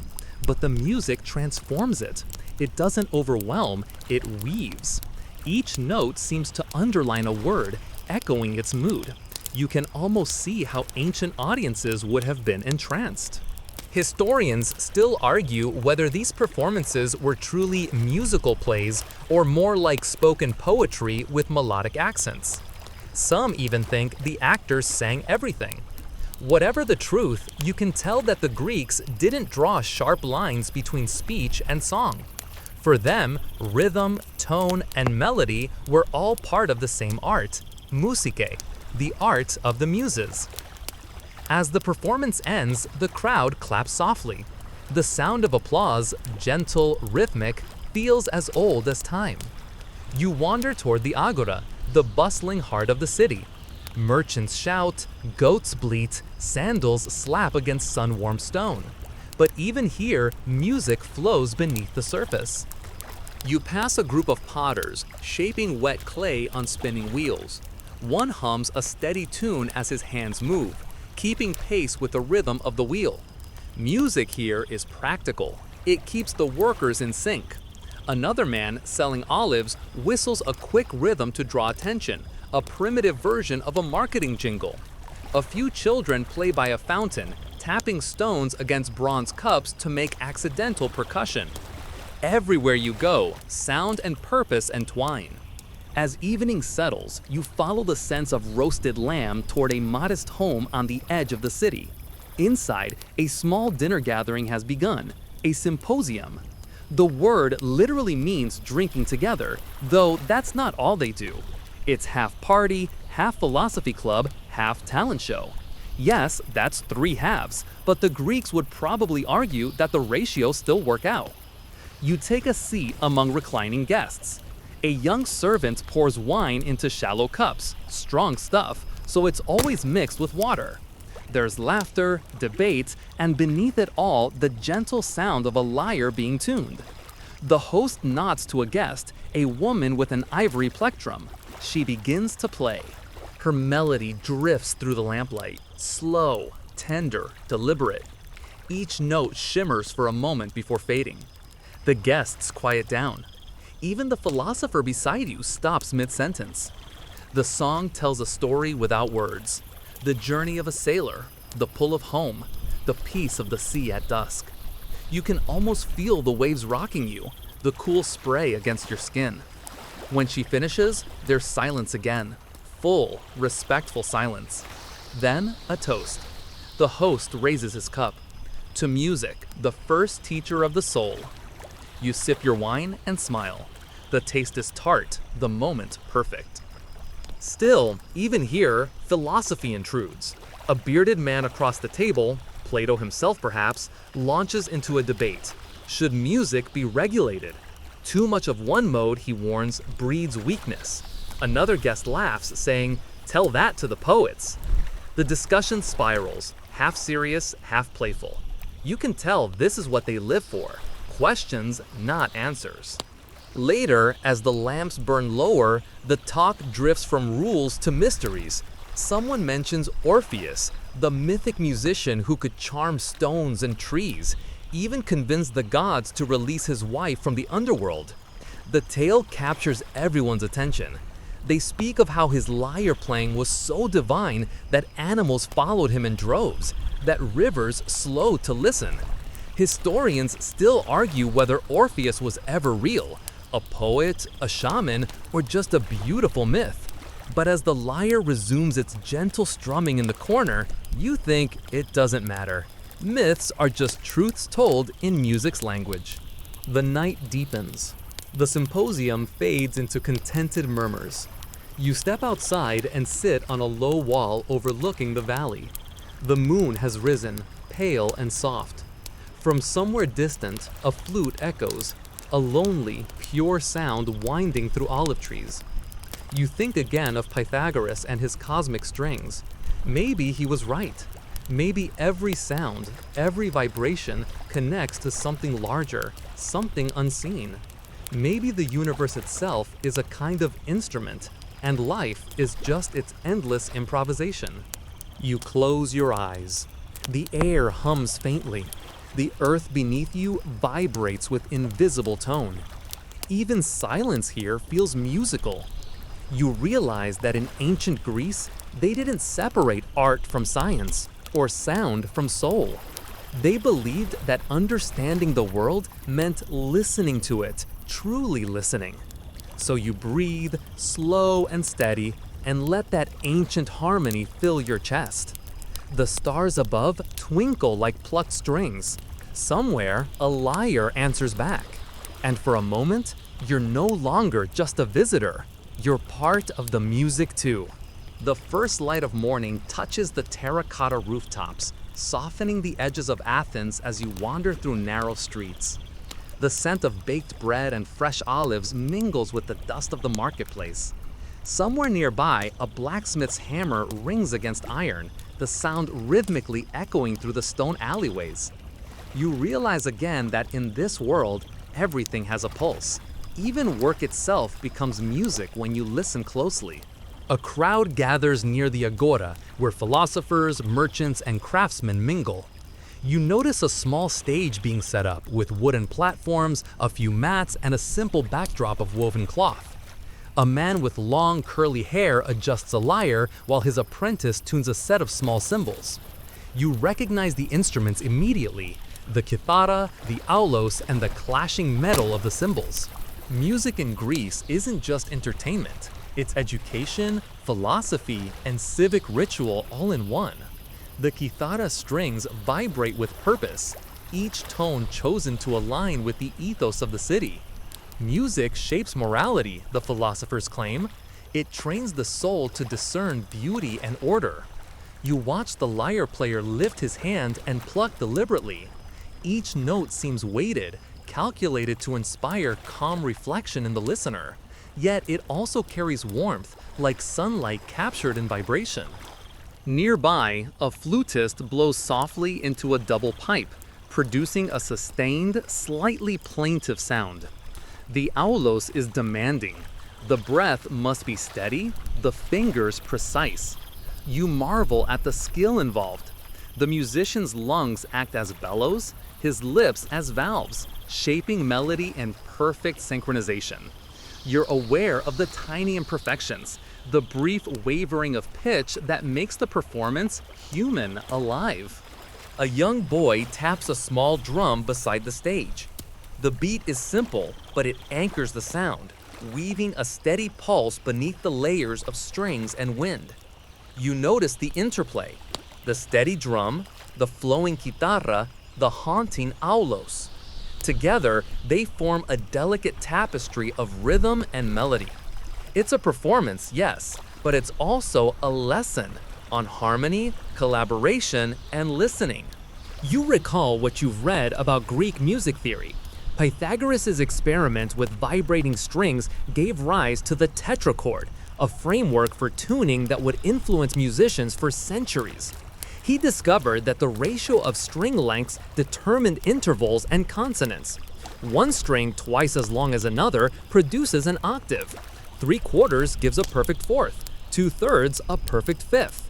It's fascinating to see theory applied in practice, to hear centuries-old mathematics resonating in real time. The performers begin a song for a civic festival, a dithyramb dedicated to Dionysus. The rhythm quickens, voices join, rising and falling in unison. You notice the movement of the audience, feet tapping subtly, heads nodding. Music here doesn't just fill space, it binds people together. It synchronizes their bodies and hearts, even if they aren't consciously aware of it. Historians still argue whether these public performances were improvised or strictly composed. Some believe the musicians relied on oral tradition, passing songs down through memory, while others argue that notation, though primitive, played a larger role than we imagine. Whatever the truth, the sound envelops you fully, leaving no room for distraction. Later, the scene shifts indoors. You follow the musicians into a gymnasium where young men gather for both physical and intellectual training. Music accompanies the exercises. Flutes mark the pace of running laps. Kitharas provide rhythm for calisthenics. Ancient Greeks saw music as inseparable from education. To train the body without harmonizing the mind, they argued, was incomplete. You can imagine their logic. Each step, each breath, each chord a lesson in balance and proportion. The flutist moves closer to a young runner, blowing steadily as the boy matches his pace. You hear the subtle rise and fall of the aulos, guiding every stride. Even the clapping of hands against stone walls blends into the rhythm, a community participating in music without realizing it. Every sound counts, and all of it, footfalls, breath, instrument, forms a living symphony of human activity. As midday approaches, the musicians move outdoors again. You find yourself in the shade of a portico, watching an informal competition between two lyre players. Each takes turns improvising over a simple drone. Their fingers fly across strings, plucking fast and slow, high and low, crafting melodies that dance around each other. The crowd responds with subtle nods, murmurs of approval, and soft applause. You notice that even in friendly rivalry, the aim is harmony rather than domination. Music in this culture teaches cooperation as much as creativity. You lean back and close your eyes, listening. It's mesmerizing. The combination of melody, rhythm, and human breath forms an immersive soundscape. You think about the words of Plato. Musical education is a more potent instrument than any other for education. Perhaps that's why these streets, these gatherings, these lessons feel timeless.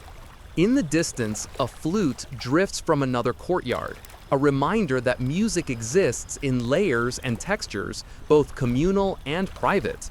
Some melodies are meant for all, some only for a select few. You recognize the intimacy of private music making, the small gestures, the nuanced phrasing, the tiny pauses that speak volumes. The Greeks call this melos, the embodiment of musical expression. Even the marketplace contributes. Merchants chant prices in melodic patterns, children tap stones as makeshift percussion, and nearby artisans hum as they work. Music isn't segregated to stages or temples, it's embedded in life itself. Every action resonates, every sound carries meaning. As dusk falls, the performers gather on a hillside overlooking the city. The cithara, the aulos, and the small set of cymbals blend with the chirping of crickets and the gentle rustle of olive leaves. The city below glows softly in the twilight. One by one, the musicians play slower, gentler tones, winding down the day. The rhythm of human life aligns with the rhythm of nature, creating a serene harmony. You feel your heartbeat slowing, your breath synchronizing with the soft cadences of the music. It's a perfect moment of reflection and immersion. The world feels orderly, balanced, and somehow infinite. The Greek philosophy of ethos, the belief that music shapes character, feels tangible, almost real, in the quiet of this twilight symphony. You rise, stretching, and notice the distant hum of the aulos fading into the night. It leaves you with a deep sense of continuity, a thread linking human curiosity, creativity, and devotion through the centuries. The ancient Greeks understood, perhaps intuitively, that music is not only a reflection of life, but a guide to living it. You walk down the hill as the final notes vanish, carrying the harmony of the day with you. The stars emerge, one by one, twinkling over rooftops and olive groves. Somewhere in a courtyard, a child taps a stone, echoing a rhythm that will resonate for millennia in your memory. You sit on a low wall and breathe deeply, realizing once more that every civilization, every society, every individual has contributed to the music of the world. In ancient Greece, music was more than art. It was education, philosophy, and moral compass rolled into a single mesmerizing experience. The night air is soft. The city hums faintly. And somewhere in the distance, the echoes of a lyre remind you that harmony, both musical and human, endures. The morning light filters softly through the leaves of olive trees, casting long, dappled shadows over terraced hills. You find yourself walking along the dusty paths of ancient Rome, the city slowly waking beneath the golden warmth of the Mediterranean sun. The air carries the scent of freshly baked bread, pressed olives, and the faint tang of the Tiber River. You can hear merchants calling softly to one another, sandals slapping against cobblestones, and somewhere the faint clatter of horses' hooves against stone. Music is already filling the city, though it's subtle. A young man stands near a fountain, blowing into a tibia, the Roman version of the Greek aulos. The sound is haunting, a gentle wail that bends and stretches across the morning air. You can tell this is not just performance, it's an offering, a way to mark time, to frame the day with sound. The notes rise and fall like the river's own heartbeat.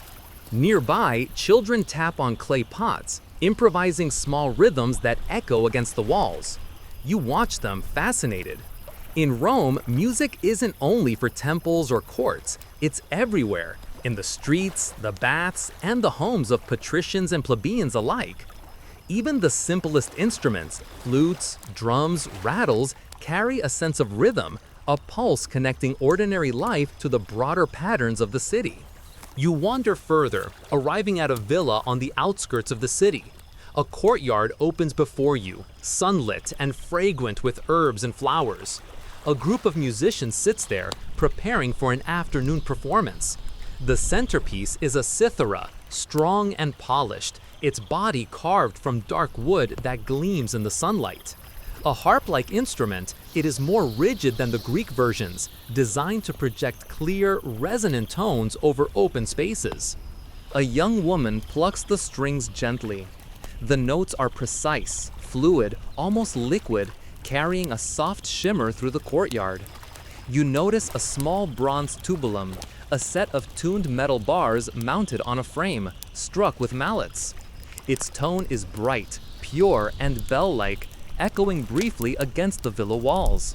Nearby, a man shakes a sistrum, the same instrument that Hathor adored centuries earlier in Egypt. Its jingling fills the air with a lively sparkle, complementing the harp and metal tones. Romans, you realize, were masters of combining instruments, textures, and timbres. While they borrowed heavily from Greek tradition, they adapted music to their own practical and aesthetic sensibilities.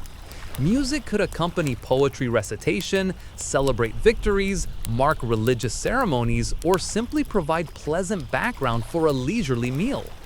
The blending of sounds was intentional, carefully constructed to please both the ear and the soul.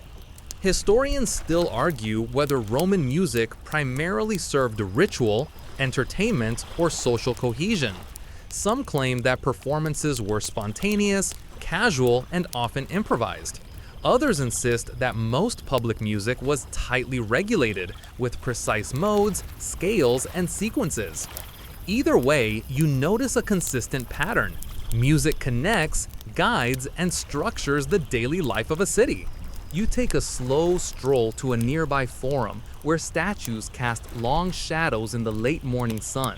Musicians have gathered to play at a civic event, a modest ceremony honoring a local magistrate. A hydraulis, an early water organ, stands in the corner, its pipes gleaming. A young man pumps the bellows while another fingers the keys, producing a deep, resonant tone that fills the square. The sound is steady, hypnotic, and layered with a faint hiss of escaping air. You feel the vibration not only in your ears, but through your chest and feet, as if the city itself is breathing in time with the music. In another corner, a small ensemble performs with flutes, a cithara, and the pair of timpana, handheld frame drums. The flutes weave a melody above the rhythmic pulse of the drums, while the cithara punctuates with gentle chords. The crowd responds instinctively. Children clap softly, some adults hum along, and a few elderly men nod knowingly, as though recalling their own youthful encounters with these melodies. A man nearby hands you a small bronze bell, inviting you to play. You strike it gently. The note rises, bright and fleeting, blending seamlessly with the ongoing music. You are momentarily part of the living soundscape. There is something profoundly satisfying about contributing even a tiny voice to a collective harmony, a reminder that music is both personal and communal. Later, you wander to the baths, where music serves a different purpose. The warm, steamy air of the thermae carries the sound of lyres, flutes, and wooden clappers.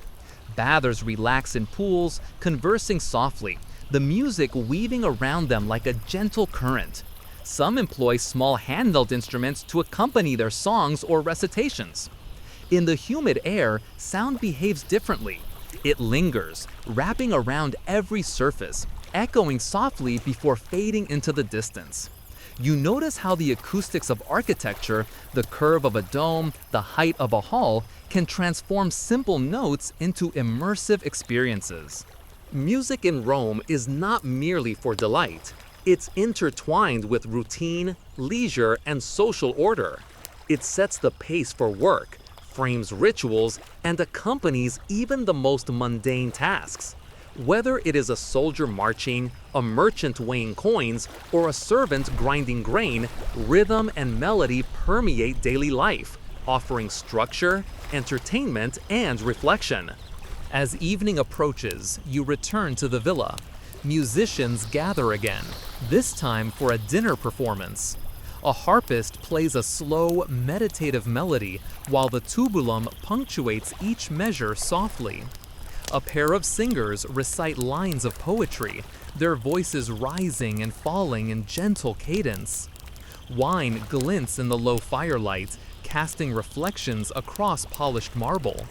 The atmosphere is intimate, yet alive with resonance. You notice the layering of sound, soft strings, human voices interwoven with instruments, the occasional accidental clang from a tray or a cup. It is improvisational but refined, spontaneous yet deliberate. Each sound is both momentary and eternal, existing only as long as you listen, yet echoing in memory long after it fades. You take a deep breath, letting the music fill your chest. The rhythms, harmonies, and textures have slowed your heartbeats, aligned your breath with theirs. You feel connected to the musicians, to the city, and to a continuum of human experience stretching back centuries. Historians still argue how much Roman music borrowed from Greek and Etruscan traditions versus originating independently. Some scholars point to instruments like the hydraulis and the cithara as proof of Greek influence. Others argue that Romans adapted these tools to their own tastes, creating a uniquely Roman musical culture. Either way, the sound resonates across space and time, carrying fragments of philosophy, ritual, and daily life. As night falls, the villa quiets. The musicians finish, letting the final notes linger in the warm air. Torches gutter softly. You sit alone for a moment, listening to the faint echo of the day's music, the city settling into nocturnal rhythm. Somewhere in the distance, a cithara hums, a single note rising then fading into the darkness. You close your eyes, imagining the countless performances, rituals, and casual melodies that have echoed through Rome over centuries. Each note is a thread in the fabric of life, woven carefully, fleetingly, yet enduring in memory. Even as the music fades, it leaves a trace, a gentle reminder of the city's heartbeat, still vibrating beneath the quiet night. And for a moment, you realize that Rome, like every civilization you visited, exists not only in stone and text, but in sound itself, an ephemeral, intimate record of humanity's search for beauty, harmony, and connection. The early morning sun spills over the rolling hills of ancient Mesopotamia, casting warm, amber light across the mud brick rooftops of a bustling city like Ur or Babylon. The streets are narrow, crowded, yet alive with motion. You hear the soft clatter of sandals on hardened clay, the distant braying of donkeys, and the low murmur of merchants trading grains, textiles, and pottery. Yet beneath this everyday noise, another sound threads quietly through the city: music. You follow a faint melody to a small courtyard tucked behind a ziggurat. A group of musicians is preparing for a ritual offering. The instruments are simple but elegant: reed pipes, wooden drums, and lyres with strings stretched taut over carved frames. One musician adjusts a small harp, gently plucking each string to check its tone. The soft resonance blends with the rustling of palm fronds, creating an unintentional symphony of nature and human craft. You notice that Mesopotamian music is deeply intertwined with ritual and devotion. The priests believe that precise sounds can communicate with the gods, guide the fates, and ensure the balance of cosmic order. The lyre, in particular, is considered sacred. Some are intricately inlaid with shells and lapis lazuli, their beauty intended to honor the divine. You can almost imagine the gods listening, favoring harmonious tones over discord. A woman picks up a pair of small cymbals, striking them in delicate rhythm. The metal sings briefly, shimmering in the sunlight before fading. Another musician begins a steady beat on a cylindrical drum, the hollow timbre echoing against the surrounding walls. You watch as the group synchronizes effortlessly, each player aware of the other's motions, producing a sound that is both intricate and fluid. Historians still argue whether Mesopotamian music followed specific scales or was guided more by improvisation and intuition. Some cuneiform tablets describe sequences and intervals, suggesting an early form of notation. Others suggest that much of the music was oral, passed down by memory, the subtleties of timing and expression learned through apprenticeship rather than written instruction. Whatever the truth, the music feels alive, organic, and deeply connected to daily life. The musicians begin a song in praise of the river and the harvest. The lyrics, written in cuneiform on clay tablets, are chanted in unison. You don't understand the language, but the cadence, tone, and repetition create a hypnotic effect. You feel it in your chest, a pulse that aligns with the rhythm of the drum.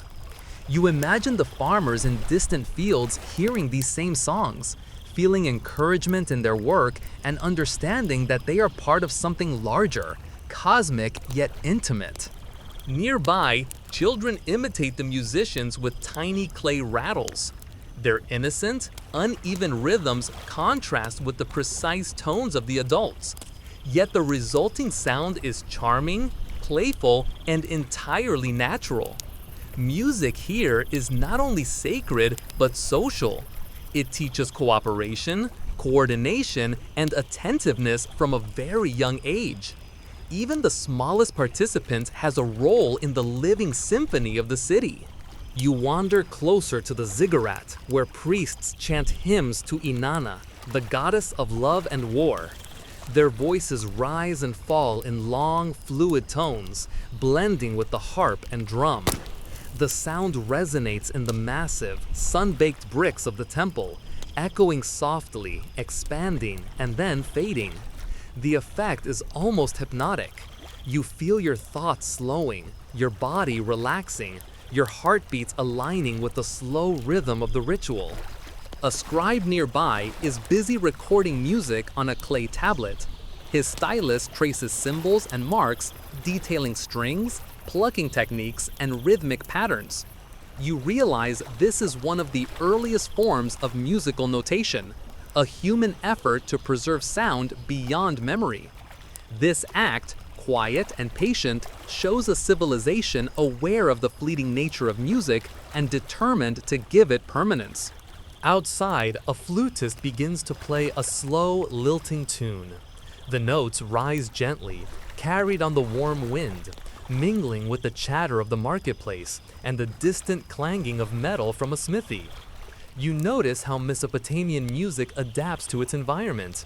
The timbre and pitch shaped to carry across open courtyards, over rooftops, and the long streets. It is functional, but also artful. Every sound is intentional, carefully suited to its setting. Historians still debate the role of improvisation versus composition in Mesopotamian music. Some argue that ritual pieces were strictly followed, ensuring proper offerings and favorable outcomes, while others insist that much of the music was fluid, shaped by the musician's intuition and audience response. Listening here, you sense a mixture of both, structure intertwined with personal expression, devotion balanced with creativity. You wander into a residential courtyard where music accompanies mundane daily life. A woman sings softly as she kneads dough, her voice carrying simple melodies to soothe children playing nearby. A man strums a small lyre while repairing a clay jar. Even the rhythm of chopping vegetables or the tapping of a stone against the grinding wheel forms part of an informal percussive ensemble. In Mesopotamia, music does not wait for temples or formal stages. It flows seamlessly through every corner of life. As evening approaches, you find yourself in a larger ceremonial hall. The musicians are preparing for a ritual honoring the moon god Nana. A water drum provides a deep, resonant hum, complemented by lyres and flutes. Priests chant, invoking blessings and guidance. The room fills with an almost tangible vibration, as if the air itself carries the sound. You feel each note resonate not only in your ears, but deep within your body. A young apprentice imitates the musicians, plucking a small stringed instrument and tapping a clay drum. You notice the patience in teaching, music as mentorship, as moral and cultural transmission. From the smallest apprentice to the most experienced priest-musician, every sound serves a purpose, sustaining both spiritual and social order. Finally, as night falls, the instruments grow quieter. The last notes linger in the warm air like fading sparks. You sit on the threshold of the temple, watching torches flicker across the bricks. Somewhere, a child continues to tap on a clay rattle, echoing the rhythm of the day in miniature. The wind carries these gentle sounds across rooftops, through the city, into the desert beyond. You close your eyes and reflect on the soundscape you've witnessed. In Mesopotamia, music exists simultaneously as ritual, art, and daily practice. Every note resonates with intention, honoring gods, guiding labor, soothing children, and connecting communities. Even in silence, the memory of sound lingers, a testament to a civilization that understood music as a bridge between the earthly and divine.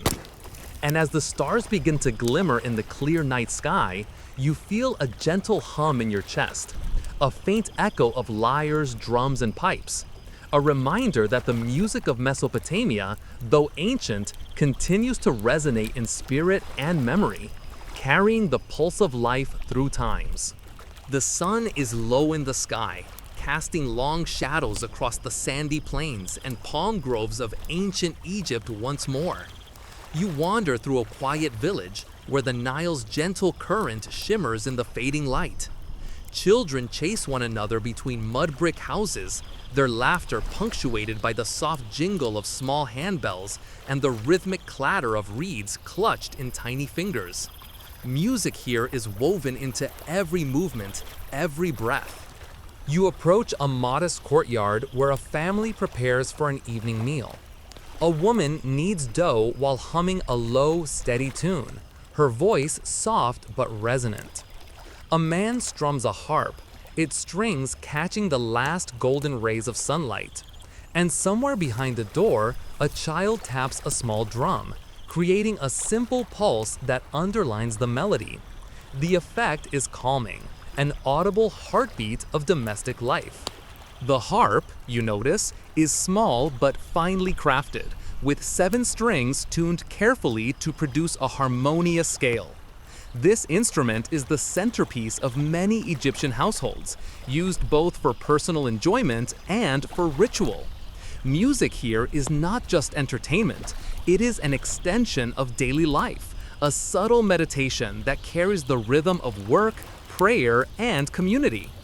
Historians still debate how structured ancient Egyptian music truly was.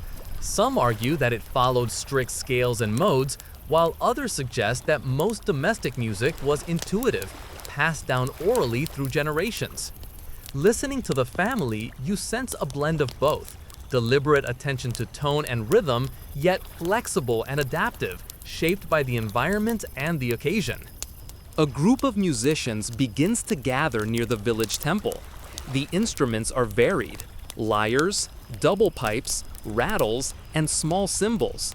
They tune carefully, testing each string and pipe. The sound floats through the warm evening air, carrying with it the scent of baked bread and lotus flowers. You feel the notes vibrate gently against the dust of the courtyard, soft but persistent, a gentle announcement of the sacred hour approaching. The temple itself is quiet now, shadows stretching across its limestone walls. Priests and priestesses assemble in preparation for a ritual honoring Hathor, goddess of music and joy. The musicians play slowly at first, a delicate combination of reed pipes and plucked strings. You notice the intricate interplay.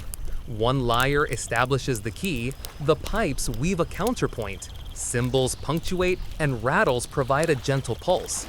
Every sound is intentional, serving both aesthetic and spiritual purpose. You find a quiet spot at the edge of the courtyard, observing as the ritual begins. A procession winds its way through the temple, chanting in rhythmic syllables. The musicians follow, supporting the chant with carefully timed notes. The air vibrates with collective intent. The sound seems to extend beyond the walls, touching the Nile and the horizon beyond. Music here is a bridge between the human and divine, guiding the rhythm of prayer and devotion. Children are present too, not simply as observers, but as participants. They mimic the musicians, striking small drums, shaking rattles, and plucking simple strings. You realize that learning music in ancient Egypt is a communal activity. Knowledge is passed down through imitation, observation, and gentle correction. Even the smallest participant contributes to the symphony of village life, their innocence blending seamlessly with the experienced hands of adults. Later, the melody shifts. The lyres take the lead, plucking slowly and deliberately. The double pipes respond with elongated notes, creating a haunting echo that fills the courtyard. The cymbals and rattles recede, leaving only the melody and counter-melody in focus. The effect is meditative, almost hypnotic. You imagine that sitting here, day after day, listening and participating in these musical cycles, one would develop a profound sense of timing, harmony, and communal cohesion. Historians still argue about the exact tuning of Egyptian instruments. Some suggest they followed a diatonic scale similar to modern Western music, while others propose that many intervals were microtonal, producing pitches and harmonies unfamiliar to contemporary ears. Listening now, you understand why. The music feels flexible, alive, and expressive. It breathes with the environment, bending subtly with each note, each breath of wind. The ritual concludes, but the music does not stop. In the courtyard, the family resumes their evening routines, humming and playing in tandem with one another. The harp continues to pluck softly, accompanying conversation, laughter, and simple gestures of daily life. Even in the absence of formal ceremony, music remains a constant companion. You notice an older man, seated nearby, quietly teaching a young boy to play a small lyre. His fingers guide the child's hands over the strings, demonstrating technique and rhythm with patience. The boy listens intently, absorbing both the physical movements and the subtle emotional expressions conveyed through sound. You think about how such informal mentorship ensures the survival of musical knowledge across generations, even without written notation. As the sun sets completely, the courtyard glows with the warm light of oil lamps. Shadows dance on walls, creating a visual rhythm that mirrors the musical one. The air is filled with the sense of incense, bread, and fresh reeds. The combination of sensory experiences, the visual, olfactory, tactile, and auditory, creates a profound sense of immersion. You realize that in ancient Egypt, music is never isolated. It is inseparable from the textures, smells, and movements of life itself. Finally, the night settles. The instruments are put away carefully, strings loosened, pipes dried, rattles set aside. The village quiets, but the memory of sound lingers. You can almost feel the vibrations in your chest, a gentle echo that will stay with you long after the courtyard is empty. Music here is ephemeral yet enduring, a living testament to human creativity, devotion, and daily rhythm. The stars emerge above the Nile, glittering against the inky sky. Somewhere, a single reed pipe plays a solitary note, fragile and persistent, a final whisper of the day. You breathe in the stillness, carrying the echoes of lyres, pipes, and percussion with you. And as you walk toward your resting place, you realize that the music of Egypt is both intimate and eternal, flowing quietly through homes, temples, and hearts, connecting generations with threads of sound and spirit. The morning is cool and calm as you step into the narrow lanes of ancient China, somewhere along the banks of the Yellow River. Mist rises from the water, curling around wooden houses and bamboo groves, and the faint smell of rice paddies drifts through the air. Even before you hear it, you sense the subtle rhythm of life here, a heartbeat carried in the whispers of wind, the rustle of leaves, and of course, the soft strains of music. You approach a small courtyard where a group of musicians is preparing for the day. The instruments are distinctive. Guqin, a long 7-stringed zither, rests on a low table, while a xiao, a vertical bamboo flute, leans against a wall, waiting for breath to bring it alive. A small drum and a pair of bronze bells complete the ensemble. Each instrument is polished, carefully crafted, and imbued with centuries of tradition. You notice that Chinese music has always been deeply philosophical, tied to ideas of balance, nature, and the flow of life. The guqin, for instance, is more than a melodic instrument. It is a vehicle for reflection, meditation, and self-cultivation. Its strings, stretched taut, are plucked or pressed to produce tones that are subtle, refined, and emotionally nuanced. You run your fingers lightly over the strings and feel their tension, imagining the careful attention ancient musicians pay to tuning, posture, and breath. A young man lifts the xiao to his lips and breathes gently. The flute's tone rises in the misty air, soft, haunting, and slightly airy. It drifts across the courtyard, mingling with the low hum of the guqin. The music feels both deliberate and spontaneous, structured yet fluid. Each note has space to resonate and fade naturally, echoing the Taoist philosophy of harmony with the world. Historians still argue whether the early notation systems in China, such as gongqie, captured precise pitch and rhythm or served more as mnemonic devices for experienced musicians. Listening to the guqin and xiao together, you sense the truth is likely somewhere in between. Written marks guided the hands and breath, but the subtleties, timing, tone, vibrato, were learned by ear and intuition, passed from teacher to student across generations. You wander further into the courtyard, noticing children practicing simple bamboo flutes under the watchful eye of an elder. Their notes are uneven, sometimes too sharp, sometimes too soft, but the elder encourages them with gentle nods and quiet corrections. Music here is not just for performance, it is a moral and educational exercise. It teaches patience, attentiveness, and the ability to feel the environment, the water, wind, and rhythm of daily life through sound. Nearby, a servant carries a tray of tea, its aroma mingling with the music. The delicate clink of porcelain adds an accidental percussion, harmonizing unexpectedly with the guqin. Even ordinary sounds, the footsteps of passers-by, the rustle of clothing, the drip of water from the eaves, become part of the auditory tapestry. Ancient Chinese musicians understood this implicitly. Every sound can participate in a composition if listened to carefully. A scholar seated on a stone bench picks up a pair of small bronze bells. He taps them lightly, producing 2 clear, resonant pitches. The simplicity of the sound is deceptive. It frames the musical space, providing a subtle reference for pitch and harmony. You realize that in Chinese tradition, music is as much about creating space as filling it. Silence and sound exist together, like light and shadow. The young xiao player begins a slow, meditative melody, calling to mind flowing rivers, swaying reeds, and the distant peaks of mountains. You feel the music stretch time, elongating your awareness of the world around you. The guqin responds with gentle plucks, each string vibrating briefly before fading, echoing the natural cycles of life.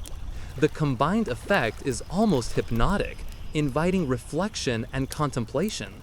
Historians still debate the origins of certain melodic modes and tunings in early Chinese music. Some suggest that regional variations shaped distinct tonalities, while others argue that philosophical and ritual imperatives dictated the structure. Listening here, you notice a combination of influences, a sound simultaneously tied to place, practice, and principle, yet intimate enough to resonate deeply with the listener. As the sun rises higher, you follow the musicians to a nearby pavilion overlooking a lotus pond. The setting is ideal for listening. Water reflects sunlight and amplifies gentle sound. Birdsong punctuates melodic phrases, and the breeze carries both.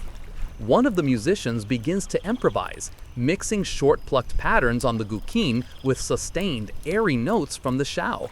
The interaction is delicate, neither instrument dominates. They converse, responding to each other with subtle shifts in rhythm and tone, producing a layered, contemplative soundscape. Children gather along the edges of the pond, tapping stones lightly to join in rhythm.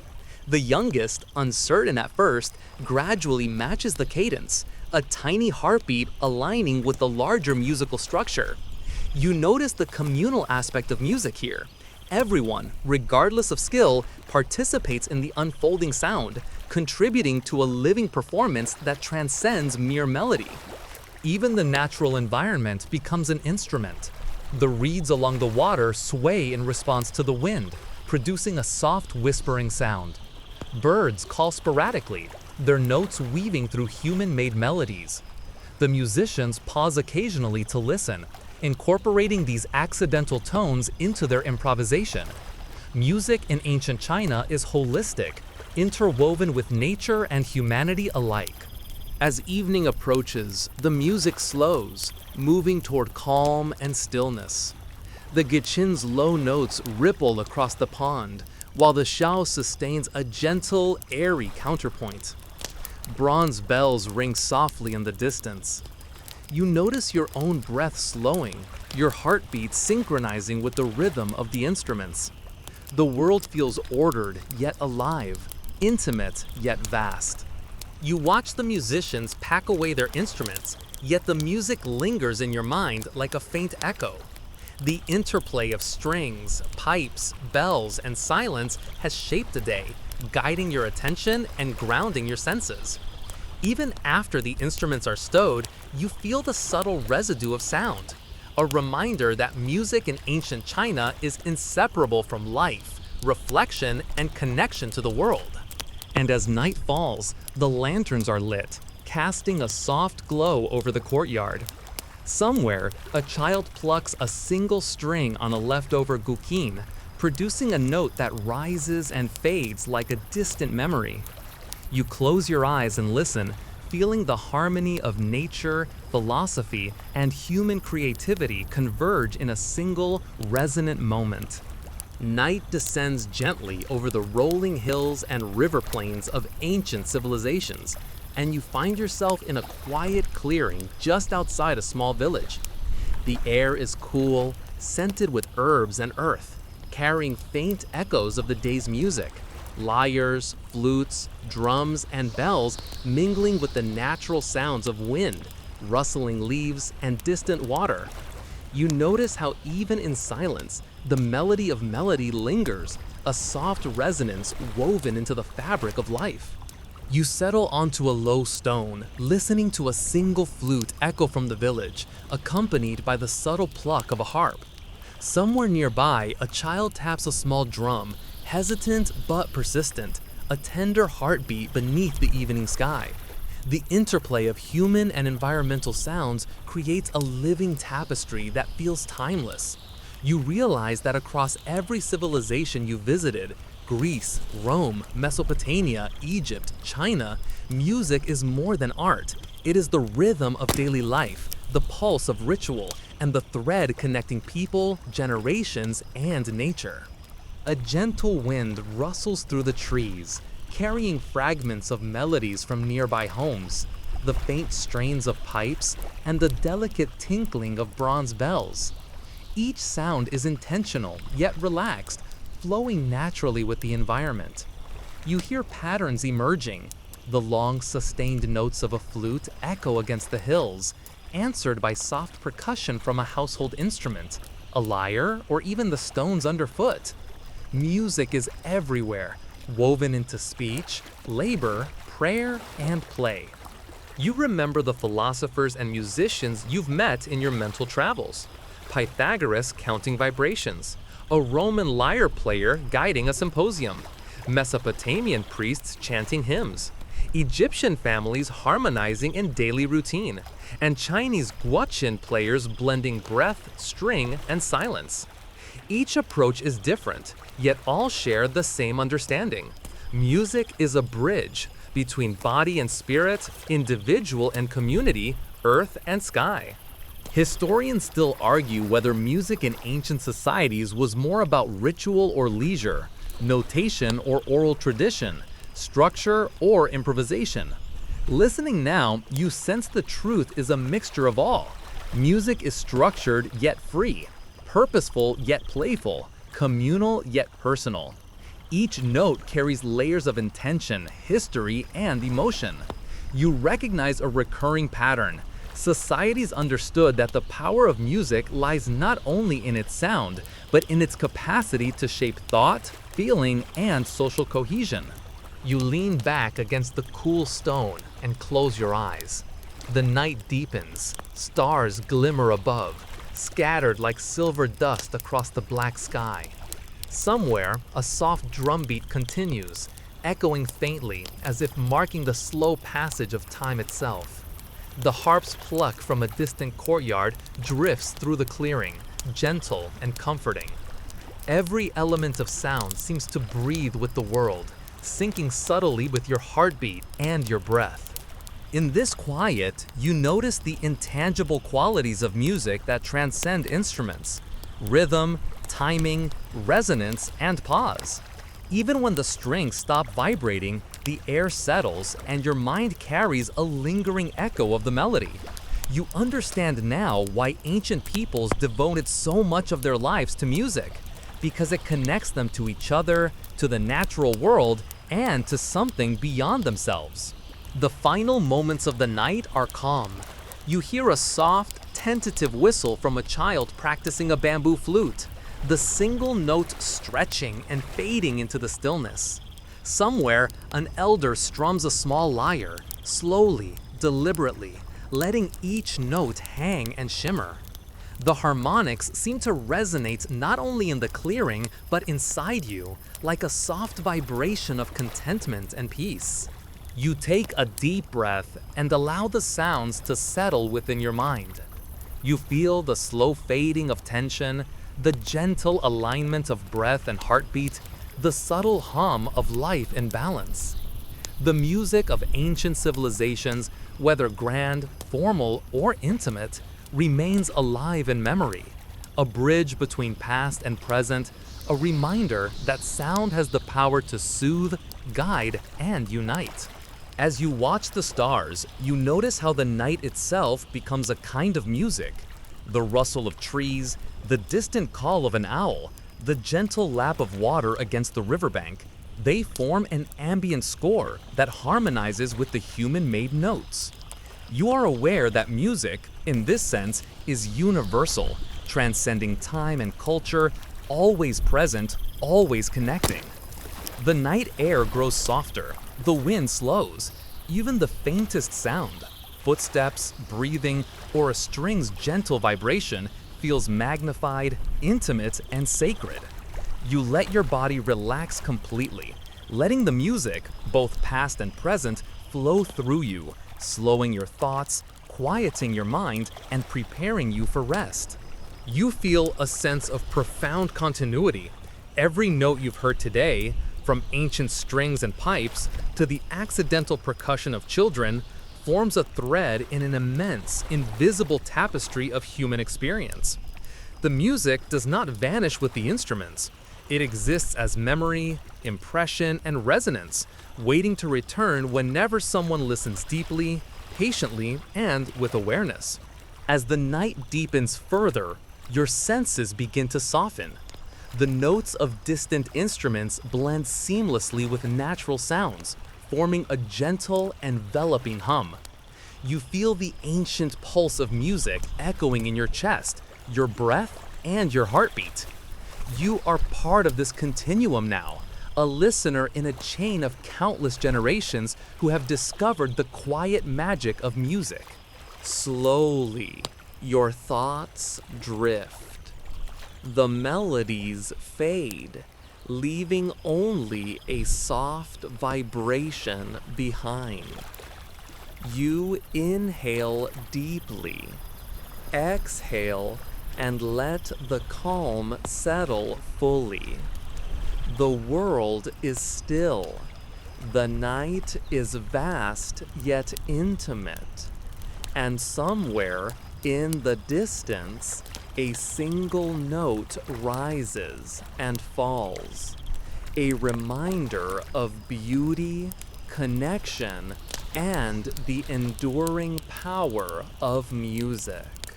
Breathe in the quiet. Let your shoulders release any tension. Your arms relax. Your legs stretch softly. The sounds of the day, the gentle plucks, the airy flutes, the soft percussion, linger like a gentle hum beneath your awareness. You are held in the embrace of countless melodies, each note a thread connecting you to moments long past and far away. Feel them wrap around you, warm and gentle, as if the universe itself were vibrating in quiet harmony. Imagine the soft rise and fall of strings, the slow echo of a drum, and the faint whisper of wind through reeds and bamboo. Let each sound dissolve slowly into silence, leaving a sense of calm, space, and ease in your mind. The music is fading, yet it leaves a trace, a delicate resonance that reminds you that you are part of something vast, rhythmic, and enduring. The music is fading, yet it leaves a trace, a delicate resonance that reminds you that you are part of something vast, rhythmic, and enduring. Now, feel your breath match this rhythm. Inhale slowly, filling your lungs. Exhale softly, letting every muscle ease. Your heartbeat is steady, like a gentle drum marking the passage of time. The night is quiet, safe, and vast. Stars glitter faintly above, steady, serene, and unchanging. You are suspended in this soft, warm moment where time stretches and worries dissolve. Let the gentle echoes of ancient music flow through you one last time. Feel them guide your mind toward softness, toward release. There is nothing to do, nowhere to be. The world hums gently with you, cradling your thoughts, your body, your breath. Slowly you drift, carried by the music, the night, and the quiet resonance of all those who listened before you.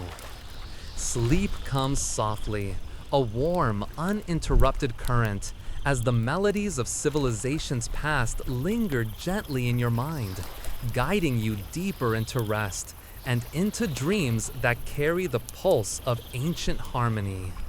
End of script. Sweet dreams.